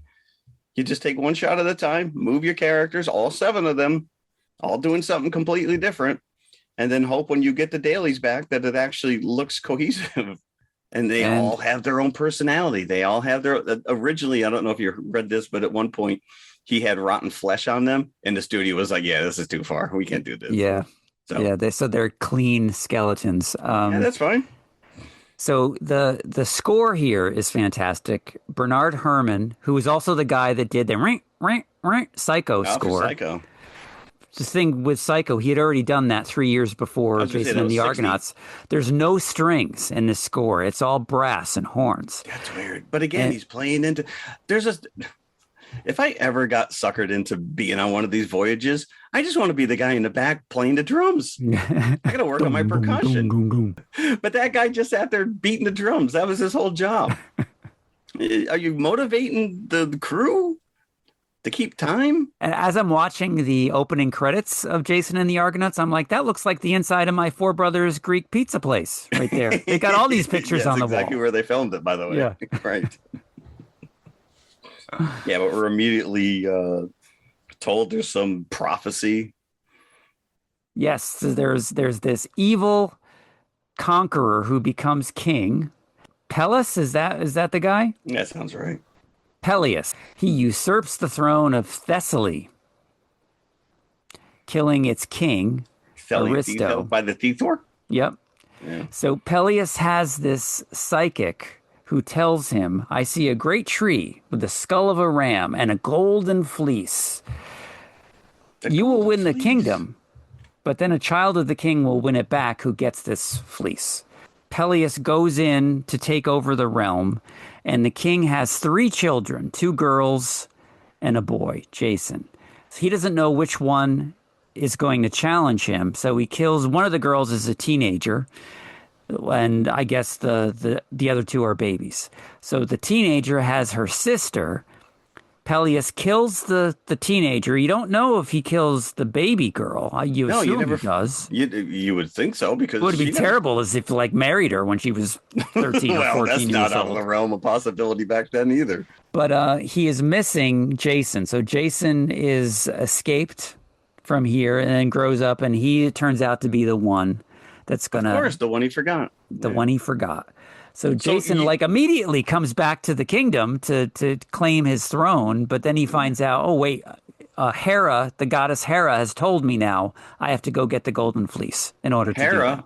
Pussy galore. Pussy galore. Honor Blackman. Yeah, Honor Blackman. Only a year out from Goldfinger. That came next year. Wow. I will say that there's no way in hell this guy is 20 years old. That's a full beard right there. He's a man. Yeah, Todd Armstrong, who played Jason. Dubbed British accent by Tim Turner. So watching this, I'm like, why is his dialogue sound like it's coming through a tin can? And then you read that they dubbed his dialogue. Yeah. It's like, I get it if you dub in the monster, but you dub in your main. This is, what is he, Arnold Schwarzenegger? We can't have this guy talking. Replace his dialogue. When you film something like this, do you know you're going to get dubbed? Like, that's crazy. You go to the theater to the premiere, and you're like, wait a minute, that's not my voice at all. You probably don't, or at least you're not told that. But the studio probably looks at it like, yeah, we can't use this guy's voice. Let's get somebody else. Yeah. Right after that opening sequence where he escapes, he comes back to reclaim his throne. He sees Peleus drowning in the water because Hera pulls him in. So to goad Jason into helping him. So they become friends, right? Peleus invites him back to his camp because he knows who Jason is. But Jason is so dim. Well, wait, is this guy who has dancing girls? He looks like a king. Right. He smells like a king. He acts like a king, but I can't put it together that he is the king. Wait a minute. Yes. But he's told that he's got to find the golden fleece at the end of the world. Once I get that, I can return and kill Peleus. As Jason goes off, Peleus' son is like, well, what did you tell him to do that for? He's just going to come back and kill you. Right. Oh, he's going to take forever. Don't worry about it. I know what happened to Odysseus. This guy's not coming back for 20 years. But we get Athena, who basically says, I'm going to give you 5 chances to help you. Yeah. So at what point does he just say, all right, why don't you just give me the fleece? Wish number 1, give me the fleece. We just saved a ton of money on shipping and crewmen's. And they tell him by bringing him up to Olympus as like a little guy. Literally like plucked him. Yeah, because Hermes is hiding or pretending he's a statue. Or Mercury, depending. I would have loved talking about dubbing. I would have loved to Jason to have like a little chipmunk voice up in Olympus. What are you talking about? Yeah, because again, as we mentioned in the first part of the show, these guys are just these gods are just sitting around a Mount Olympus, bored out of their mind, with like a chessboard. Let's move this guy over here. Oh, let's bring in a monster now. Let's see how he handles that. It's like, you guys got to find something to do. Get a hobby. Not your plaything. Sure you. Zeus wants to give him, like, I'll give you a ship and your crew. Nope. I'll find it myself. Yeah, thanks. Thanks, but no thanks. But the fleece is in Colchis, which is at the end of the world. Yeah. But if you live in Colchis, then the rest of it is the end of the world to you, right? You're like, whoa, this is home. That's just where I live. It's not the end of the world to me. Right. Well, the Earth was flat back then, so yeah. Yeah, but now we have to do American Gladiator style tryouts for this crew. Yep. And so Hercules has to try out. Why do you try out Hercules? He looked like a muscle-bound Gene Wilder. And I did see that because Ray Harryhausen had a really strong hand in the directing and making of this movie, not just doing the special effects. And he said, we didn't want to go with those Italian-style, big, giant, muscle-bound Hercules. Well, the guy was a little more earthbound. Yeah. But you're not selling me that he's actually opening that door. But this little guy who becomes Herc's, pal on the journey, Hylas is his name. He's like, I want to get on this journey too. As a matter of fact, I'm going to challenge you, Hercules, to any challenge that you want. So Hercules picks the discus. Rat bastard, yeah. He's like, if you can hit that island over there with the discus, then that's right. Yeah, you're cool. You're Hercules hits it, but then the other guy ends up skipping it across the water and doing it. I'm like, what if Hercules wanted to arm wrestle? What would he have done then? How could he have weaseled his way out of that one? It's like, wait a minute, you used physics against me. And they name the ship the Argo. Argo. They paint giant eyes on, so it looks like Witchy Poo's ship from Puff and Stuff. Come along and play with me. Hi, Jimmy. Hi, Jason. It would have been great. The figurehead is at the back of this ship, who is Hera. She's like watching my ass the whole time. So it's like my eyes are up here, woman. It's like one of those dolls that if you put it up, then the eyes open. If you lay it down, then the eyes close. So this is where I think Nolan was smart to get away from this, where where you're actually personifying these gods by giving them physical presence, because they know they're being watched the whole time. I'm like, I don't know. Can you look away? I gotta pee. So almost immediately on this journey, they're dying of starvation. I'm like, did you not bring any food with you here? Yeah, no, we're just after the fleece. So the fleece figurehead is gonna fix it all. Hera tells him to go to the Isle of Bronze, but to not take anything except food and water. Yeah, okay. Yeah. And Jason's trying to tell the crew that, and Hercules is like, what about women? Right. You didn't say, I found a loophole. Yeah. Who's his buddy? The guy that's running around in the diaper. That's like, that guy looked like Rob Reiner talking like Sean Connery. Like, I got the diaper on. So Hercules goes along with Hylas on shore, And they see goats, and Hylas is like, "Oh, let's take some of those goats." Hercules is like, No. "Why?" Because we might get hungry. That's why, Hercules. Oh, Yes. good idea. Then they come across the massive statues. Talos Fantastic. is one of the statues. Fantastic. So there's a chamber, there's a door underneath Talos that is just open enough. Hercules pries the door the rest of the way open, and it's like a treasure chamber of weapons. Just like weapons in gold from the gods, or just somebody left it there? So, well, I think it's just a temptation. So, to see if I see. they'll do what they were told. So wait, are the gods literally just like sitting up there recreating Love Island? Let's give I these guess guys so, yeah. some temptations and see if they fall victim to this. Yep. Let's put some gold in there. Let's see how that. Let's throw a goat. Let's throw a goat on there. See who eats it first. Okay. Hylas is like, "Oh, remember what Jason said? Don't take anything." He's like, "Bah, I'll just take this. Nobody will miss it." Yeah, it was like a giant needle. Spear or Pine yeah, needle. it was a brooch pin. It's a pterodactyl. It's a brooch. Yeah. Yeah. And immediately Talos is like, "Oh, you effed up." But this thing is pretty impressive. It's like it's this bronze, and most of it is in the sound effects Yes, when it like turns its head. on metal. Yeah, yeah.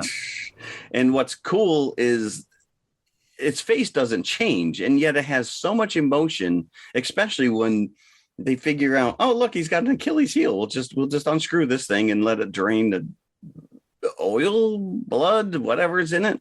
But Hera again told them to look to its ankles to beat it. So that's Hera gave him that information. Jerk. They're like trying to stab it. It's metal. What are you doing? But it clawing at its throat.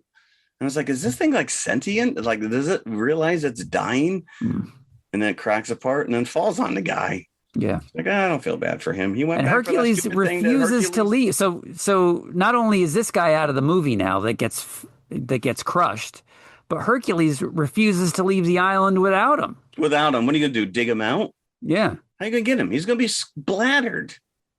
He's just gonna be like a flat rug. So exit Hercules from the rest of the movie. Yeah, and he was actually fun. Okay, we got this guy for one day. So again, this is like very episodic, just like the Odyssey, where they're going from place to place. Yeah. The next island is where the blind man. They need to get the information on how to get to. Is it Caracas? Where are they going? Yeah, Colchis. They have to. The blind man is going to help them get to Colchis. He's blind. How does he know? Yeah, go that way. How is it all blind people in the old Greek worlds? And he's being tortured because these two winged harpies come to him every day. And so the townspeople, you see these two people leave food. Are they feeding the blind man or are they feeding the harpies? So whose food I got is the this? impression that it was meant for the old man, but the harpies keep stealing it. Just make two piles. So every time the food comes, the blind man starts to eat it, and then the harpies come and just push him away and eat the rest of it. Because he doesn't see it coming. Yeah. Yeah. Literally. Damn it. Again? Fucking harpies. He's like, Zeus, I was a sinner. I didn't sin every day. Right. I don't know. I'm watching you. So these harpies, again, are stop motion. And when they capture them in the nets, like he has to animate that netting, that fishing nets. And this guy's all by himself in the studio, just putting personality to every one of these creatures. But yeah, so that's a lot of fishing nets, by the way. So the blind man's name is Phineas. Where Ferb is, I do not know. I think he was with that damn platypus. As you said, they help capture the harpies, so the old man can now eat his food in peace. So now these things are just trapped in a cage screaming at him all day. Yeah. He's blind. I wonder if also whenever he like sits on his toilet, they come and use it and like knock him off. So as thanks, he gives them the Poseidon pendant.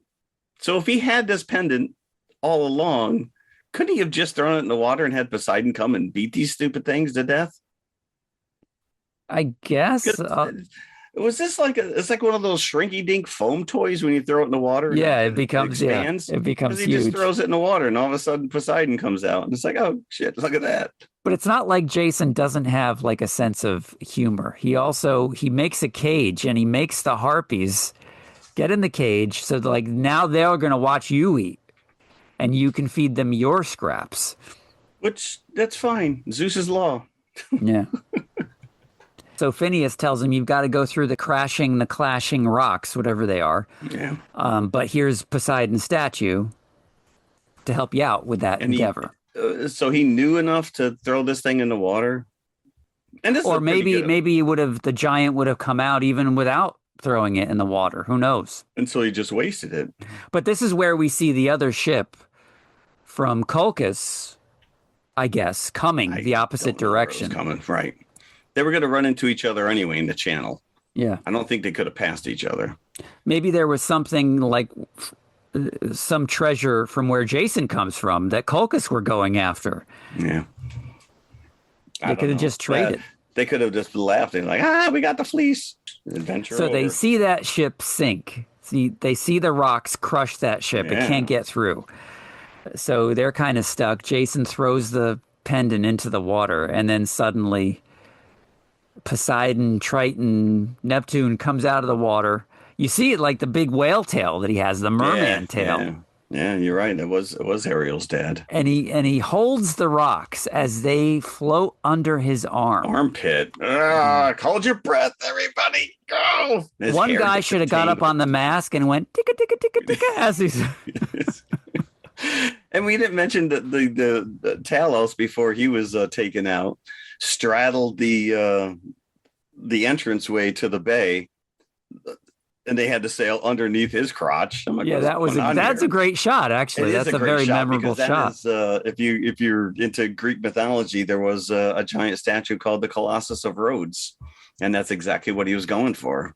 I think it was one of the original 7 wonders of the world.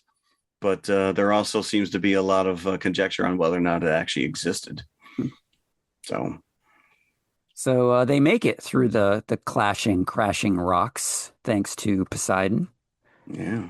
And then they find the girl survived. Medea. And this is not Tyler Perry's Medea. Oh, dear. Oh. Medea.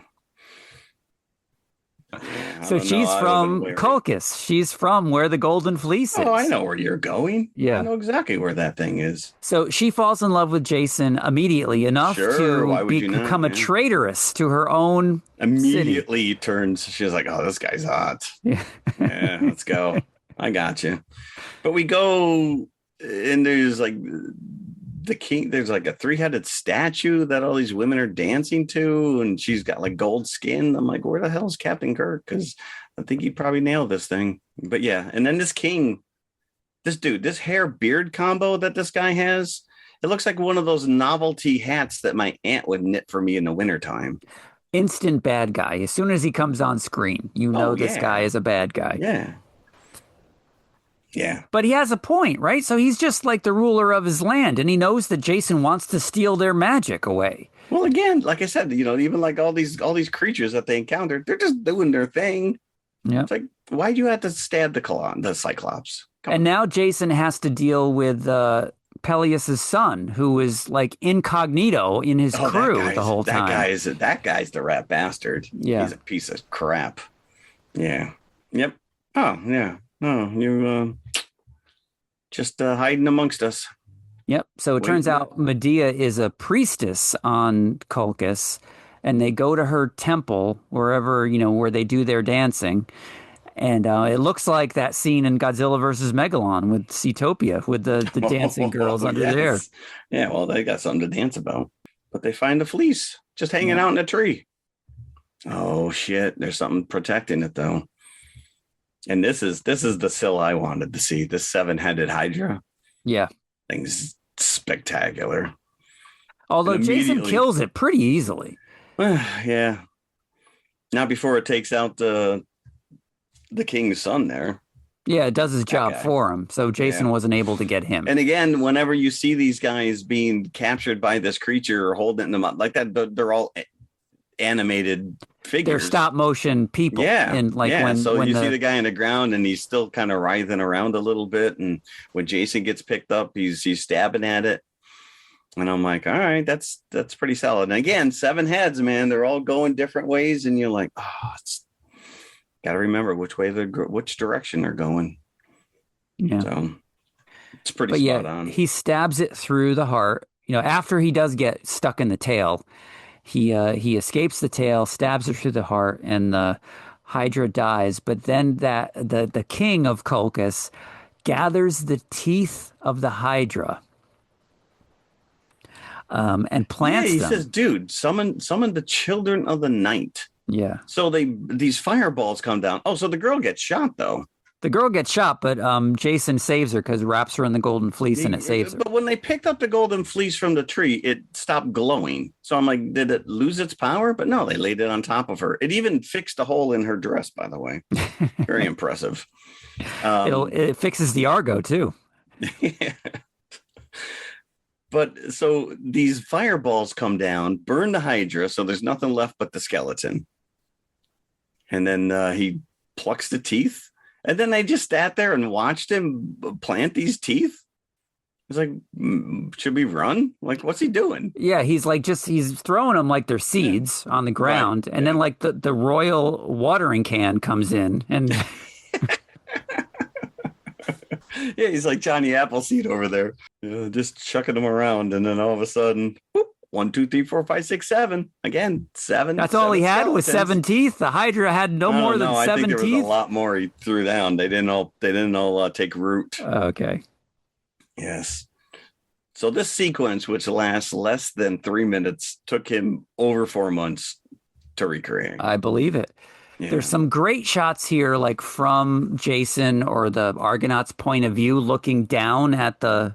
Yeah. And it's a close-up of the skeletons, like looking at camera. It's fantastic. And there were the maquettes, because on my DVD, there was an interview with Rayharryhausen, and he had one of them, the actual articulate skeletons. And he said his father, because they were like, it was almost impossible to hide the armature inside. So his father in Italy made custom armatures and then mailed them to him. And then he molded the skeleton bones over top of this.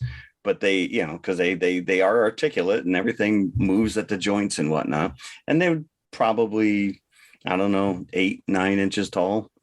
So not super big, but yeah, those detailed shots up close, especially when they're on the march after they all come out of the ground. And then they're marching off, and you can see the shields. Each one of the shields has a different monster on it. Yes. Some of which came from some of his other movies.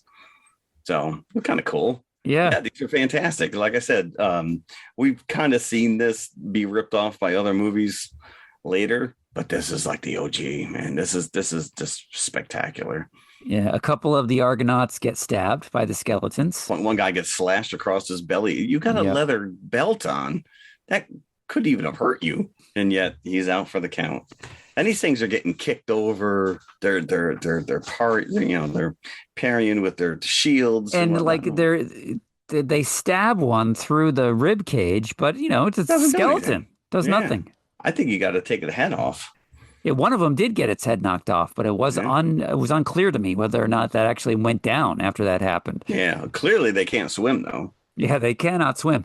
The great thing is that's how Jason beats it. He jumps off the cliff because they're right on a cliff over the ocean. Right.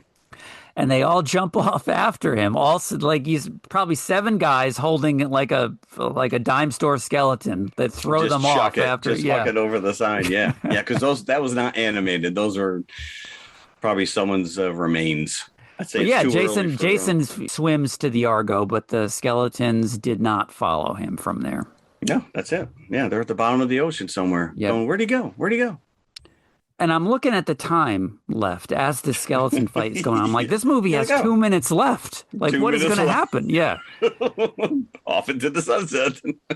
That's it. So you never find out if Jason goes back and kills the king. No. And Zeus says, I have not yet finished with Jason. Let us continue this game another day. And then it's almost like they were setting it up for a sequel. They were. But the never movie didn't happened, do well enough to warrant a sequel, so it never got made. which is wild. But Ray Harryhausen did point out that if they had continued that storyline in the original myth, Medea was a full-fledged witch and basically abandoned Jason at the next port. Well, the king of Colchis could have told you that. Yeah. But the movie cost $3 million to make in like 1963 dollars. That's a lot. $3 million to make. It only made 2.1 at the box office. Oh. The strategy of putting it into A theaters rather than B theaters with a co-feature didn't really pan out. Although it did make a lot of money apparently in the UK and overseas, but it wasn't enough to warrant a sequel being made. Well, what was because they did go back and make other Sinbad movies. They made Sinbad movies, but these didn't have anything to do with this, Jason and the Argonauts. But I would think that, there's a point where the genre is like, oh, well, if this didn't do well, then... Well, we'll probably now relegate it when it was a co-feature with something else, then it did well. So then we'll just go back to doing it literally that way. A captive audience. But how do you know if I sit through the first movie and then leave? How do you quantify if a backup feature is actually successful? Yeah, I don't know. Just throw them on screen, I guess, is their strategy. Right, the fact that it's on screen, yeah. But it does abruptly end. I did read in development they were talks of adding Scylla and Charybdis, a centaur, and the Cerberus, the three-headed dog, and I guess the budget was couldn't do it. 1992 at the Academy Awards, that's when Ray Harryhausen was given his Lifetime Achievement Award. Tom Hanks at the time, like he was there, he was the host, right, I think, of the Academy Awards, said, "Some people say Casablanca or Citizen Kane are the best movie of all time. I say Jason and the Argonauts is the greatest film ever made." I take him to task on that one. Was he just reading from the prompter? Well, no, he maybe was one of these kids that I'm looking for in the theater in 1963. If he was of that right age, that's the magic of movies. We didn't dissect movies like we do now, where you look at it and wonder how they made it. You just get sucked into the adventure. Because if that was you or I up there, we could have easily just say Star Wars. I don't think Casablanca or Citizen Kane is the greatest movie. It's Star Wars for me. Yeah. Critically acclaimed, but it's very subjective, that greatest movie ever made. So, and again, it's revered very highly over in Great Britain because, again, it did very well there at the box office. The British Film Institute in 2020 included Jason and the Argonauts on its list of 50 films to see by the age of 15. So I don't know if it's entirely a kids movie over there. But... No, but I think it's like you're still full of wonder as a kid. But again, in this day and age where CG and the things that you can, you see it on screen, you're like, oh, this looks like a baby's movie. This is fake. Yeah. He's not even touching that guy. And this is Harryhausen's favorite of his own films. He put an awful lot of work into it. And like I said, he had a lot to say with the actual story arc. I'm not going to poo-poo it. As far as buckets and creature effects, I got to go a solid 5 for the man's efforts. But as an overall movie, it's very talky. A lot of these characters look the same. I have no you're right about that. No vested interest in if Jason actually gets the fleece or not. I want to see the monsters. So it should have been Hercules and the Argonauts. Yeah, that actually, So and I could have done without that, like that old almost naked guy, like on the deck of the ship the whole movie. Yeah, the guy in the diaper. Yeah, the guy who looks like Rob Reiner. So, bucket wise, out of 5, I will give it 3.5. I would match you. A movie, I will match you with that 3.5. Yes. Yeah. But again, if somebody came along and actually gave this the Star Wars Special Edition cleanup and made everything gel a little bit more, like there's clearly scenes where they're on the bow of the ship as they're going through the strait with all the rocks, and it's just rear projection. It's clear that it's out of focus, and I don't know, just clean it up. Don't add anything. Don't CG crap, but just do a clean transfer and clean up some of that stuff. And this was one of those movies, even though I am not old enough to have seen it in the theater, it was played pretty regularly on television in the 70s. Probably on Channel 5, WNEW here in New York. There you go. I'm pretty sure it played on Channel 5. And I would watch it every time I'd see it come up in the TV guide and loved it. And it probably was one of these instances where they to make it fit into the time slot would cut a lot of the more talky stuff. It's good. Because I don't remember this being as talky as it like I said, here. That first half of that movie is very bleh. Yeah. But I loved it, even as a kid. So even the nostalgia factor for me is still there. So 3.5 buckets for me. There you go. It probably still gets run all the time on Turner Classic Movies. All right. Awesome. All right. So what else did we do? It's all Greek to me at this point. It's all Greek to me. There you go. Yes. I waited this entire episode to drop that joke. Oh. Yeah. Good. What else did we do? I will tell you this. A movie dropped on Netflix recently, and I realized it is the third in the series, and I've never watched the other two. So I said, you know what? I said, clearly these must be popular. So let me go watch the first one. So Enola Holmes with one Millie Bobby Brown as Sherlock Holmes's sister. Have you watched I've these? seen the first one. Okay. I thought it was somewhat annoying, so I didn't watch the other two. Okay. I was amused beyond belief. I thought it was charming. I thought she was a lot of fun, and I loved the breaking of the fourth wall. Is that what you found annoying? Yes. That she constantly chalked and winked at the audience? Yes. I thought it was fun.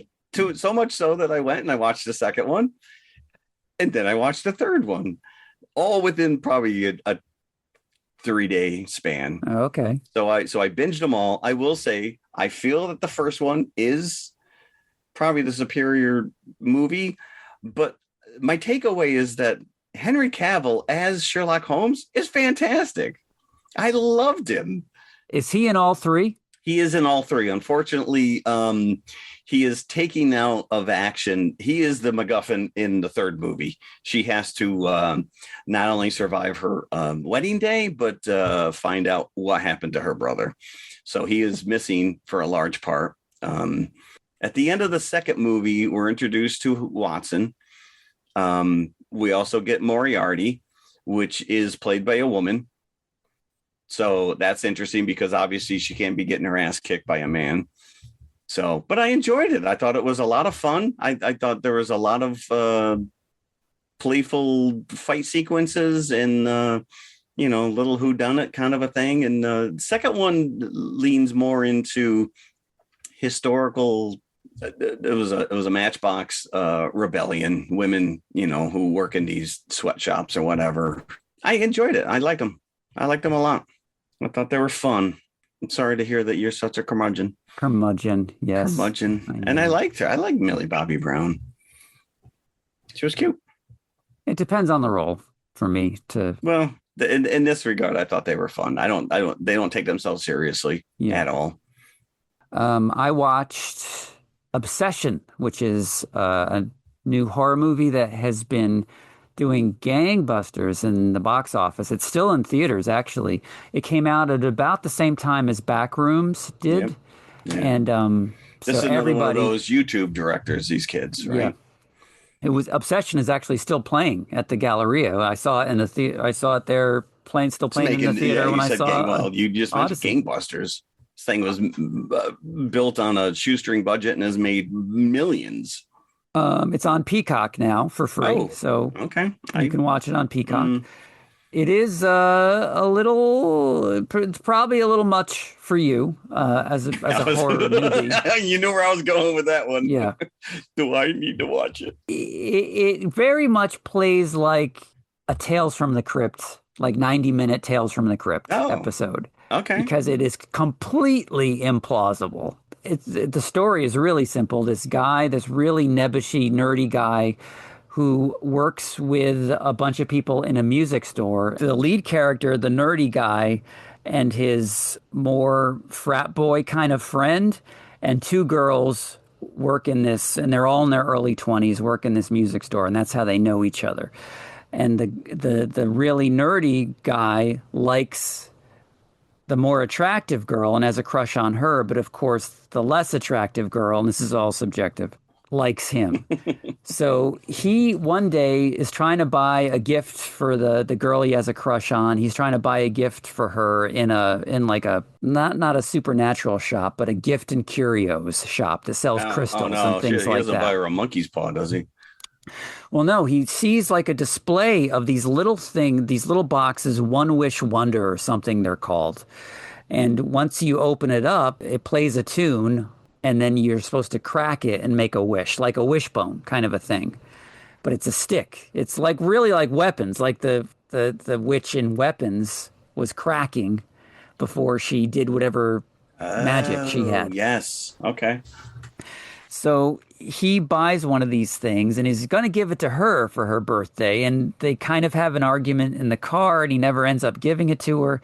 As she's walking out of his car, he makes the wish and says, "I wish she would love me more than anything in the world." And he becomes obsessed. And she becomes obsessed with him because now she loves him more than anything in the world. Oh, boy. So in other words, be careful what you wish for. To the point where she's killing other people and everything else. So it's the kind of thing that you could take in Tales from the Crypt. The crypt keeper at the beginning saying, "Careful what you wish for." Sure, yeah.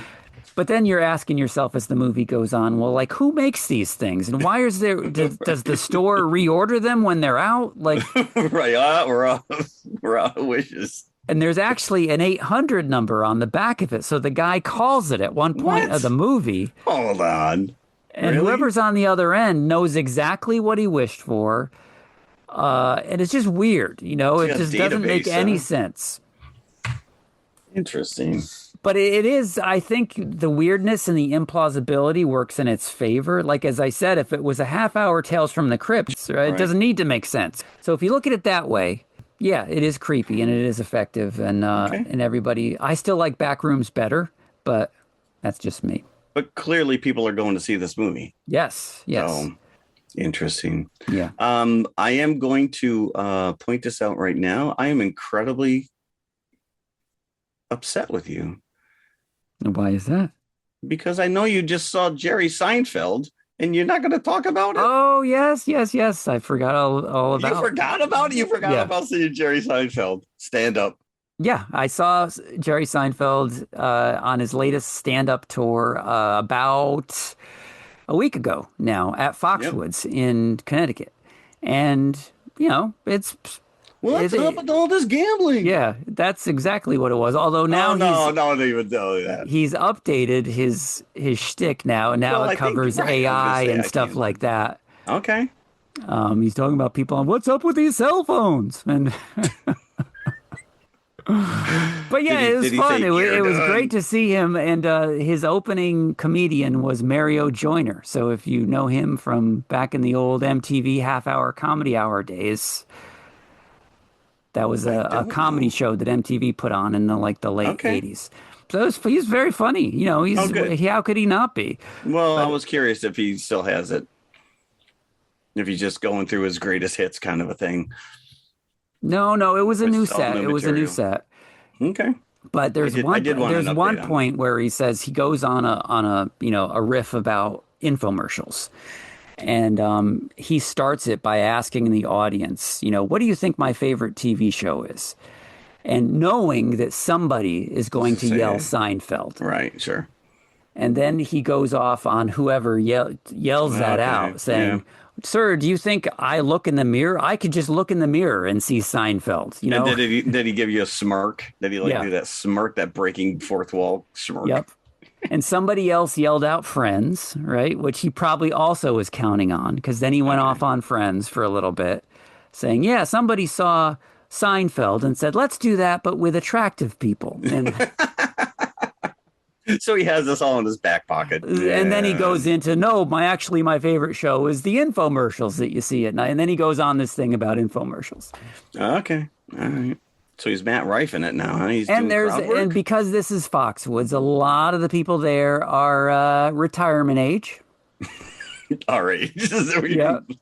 A little bit older than us. In their retirement years. So a lot of people are kind of staggering in from the casino late, and he'll comment on them as some person like in the front row came in 10 minutes into Jerry's. Embarrassing. He's like, "Oh, welcome, join us," as they're trying to sit down. So he has a stand-up. So he has an opening act. And you don't show up for the opening act and you stagger in as Seinfeld's on stage. Yeah. That's just disrespectful. And not only that, you're, also in your 60s or 70s, like trying to get... Right. Is there a pee break in here? Oh, boy. He was on maybe a little over an hour, and then Mario Joyner was on for about 20 minutes. Yeah. That is a solid show. Yeah. Yeah. I will mention, as long as you're mentioning comedians, I came across this guy, I think on Netflix, Jeff Arcuri, because he does a lot. I'd never heard of him. He did a lot of crowd work in and around. Fantastic. Enjoyed it immensely.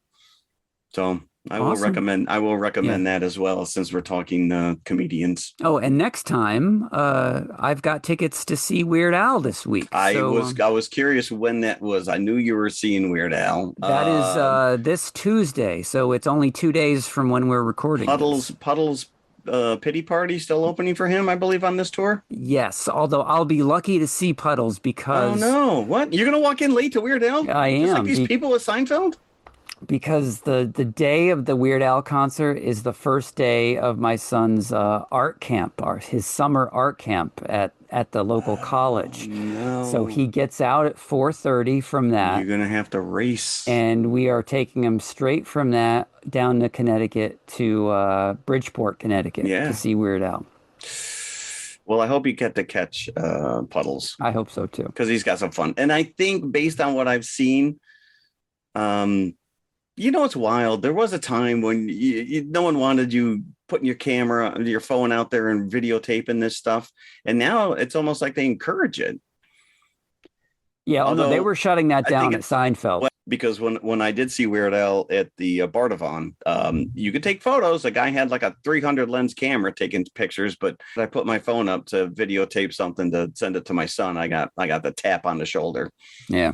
But I've been to other Weird Al shows where people are setting up like tripods, videotaping. There's a ton of this stuff out there. So I guess it depends on the venue, but they do a couple songs together, I believe, toward the end. Okay. And this is back to his original, all his greatest hits.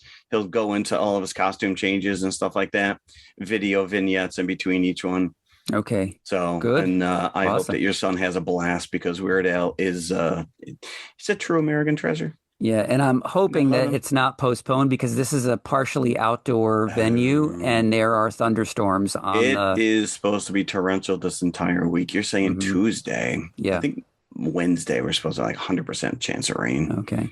So all right. Well, fingers crossed for you. And awesome. And I expect you to talk about it next show. Yes, I will. Speaking of next show. We're going back to Manhattan. How many years have we waited for this movie? Countless Sony Spider-Man iterations in between this and No Way Home. And again, I'm just like, forget Morbius, forget Craven, just make Spider-Man movies. Keep diverge. Got to branch out, and they all sucked. And they all failed. Go back to the whale. Yeah. Suckle at the teat of the greatest among us, Peter Parker. Yep. Who nobody remembers. No, because at the end of Brand New Day, he had to do the whammy on the whole world. So they would forget that he was Spider-Man, but in doing so, also those closest to him forgot who he was.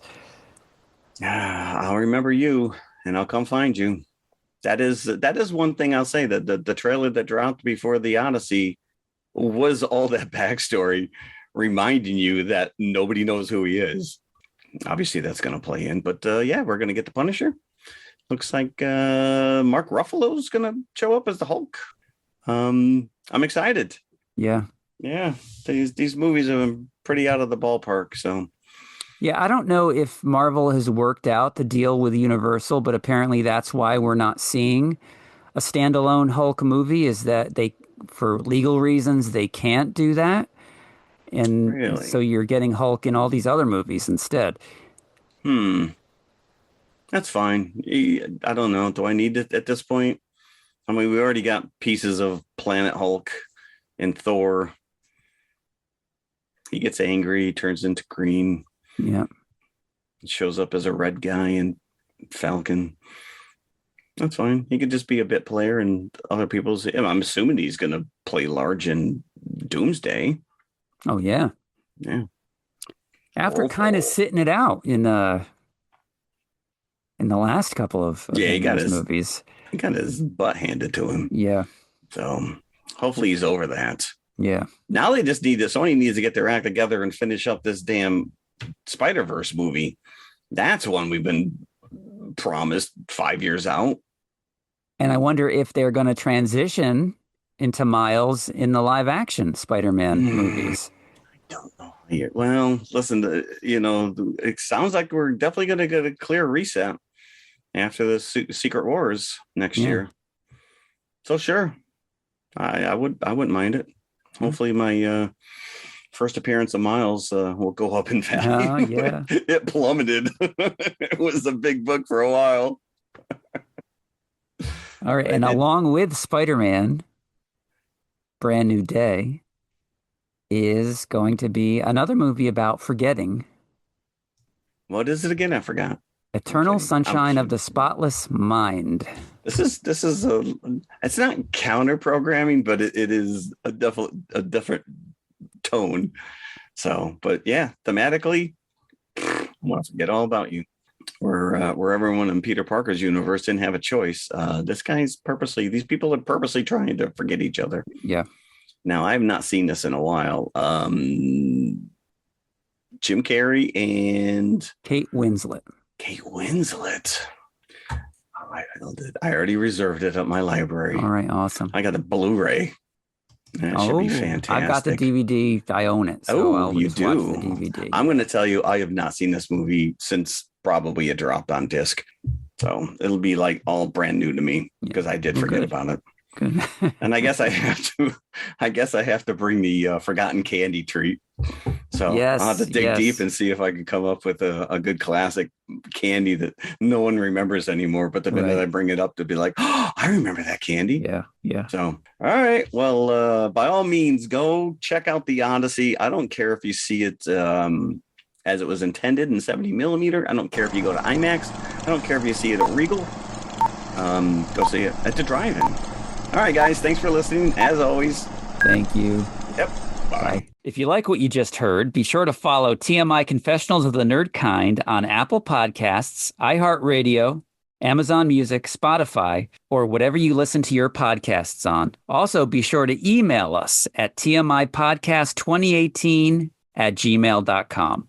You can also follow us on all of our socials. We're on Instagram, X, Facebook, Threads. Just go to tmiconfessionalspodcast.com. All of our links are there. And leave us a 5-star review. See you at the concession stand.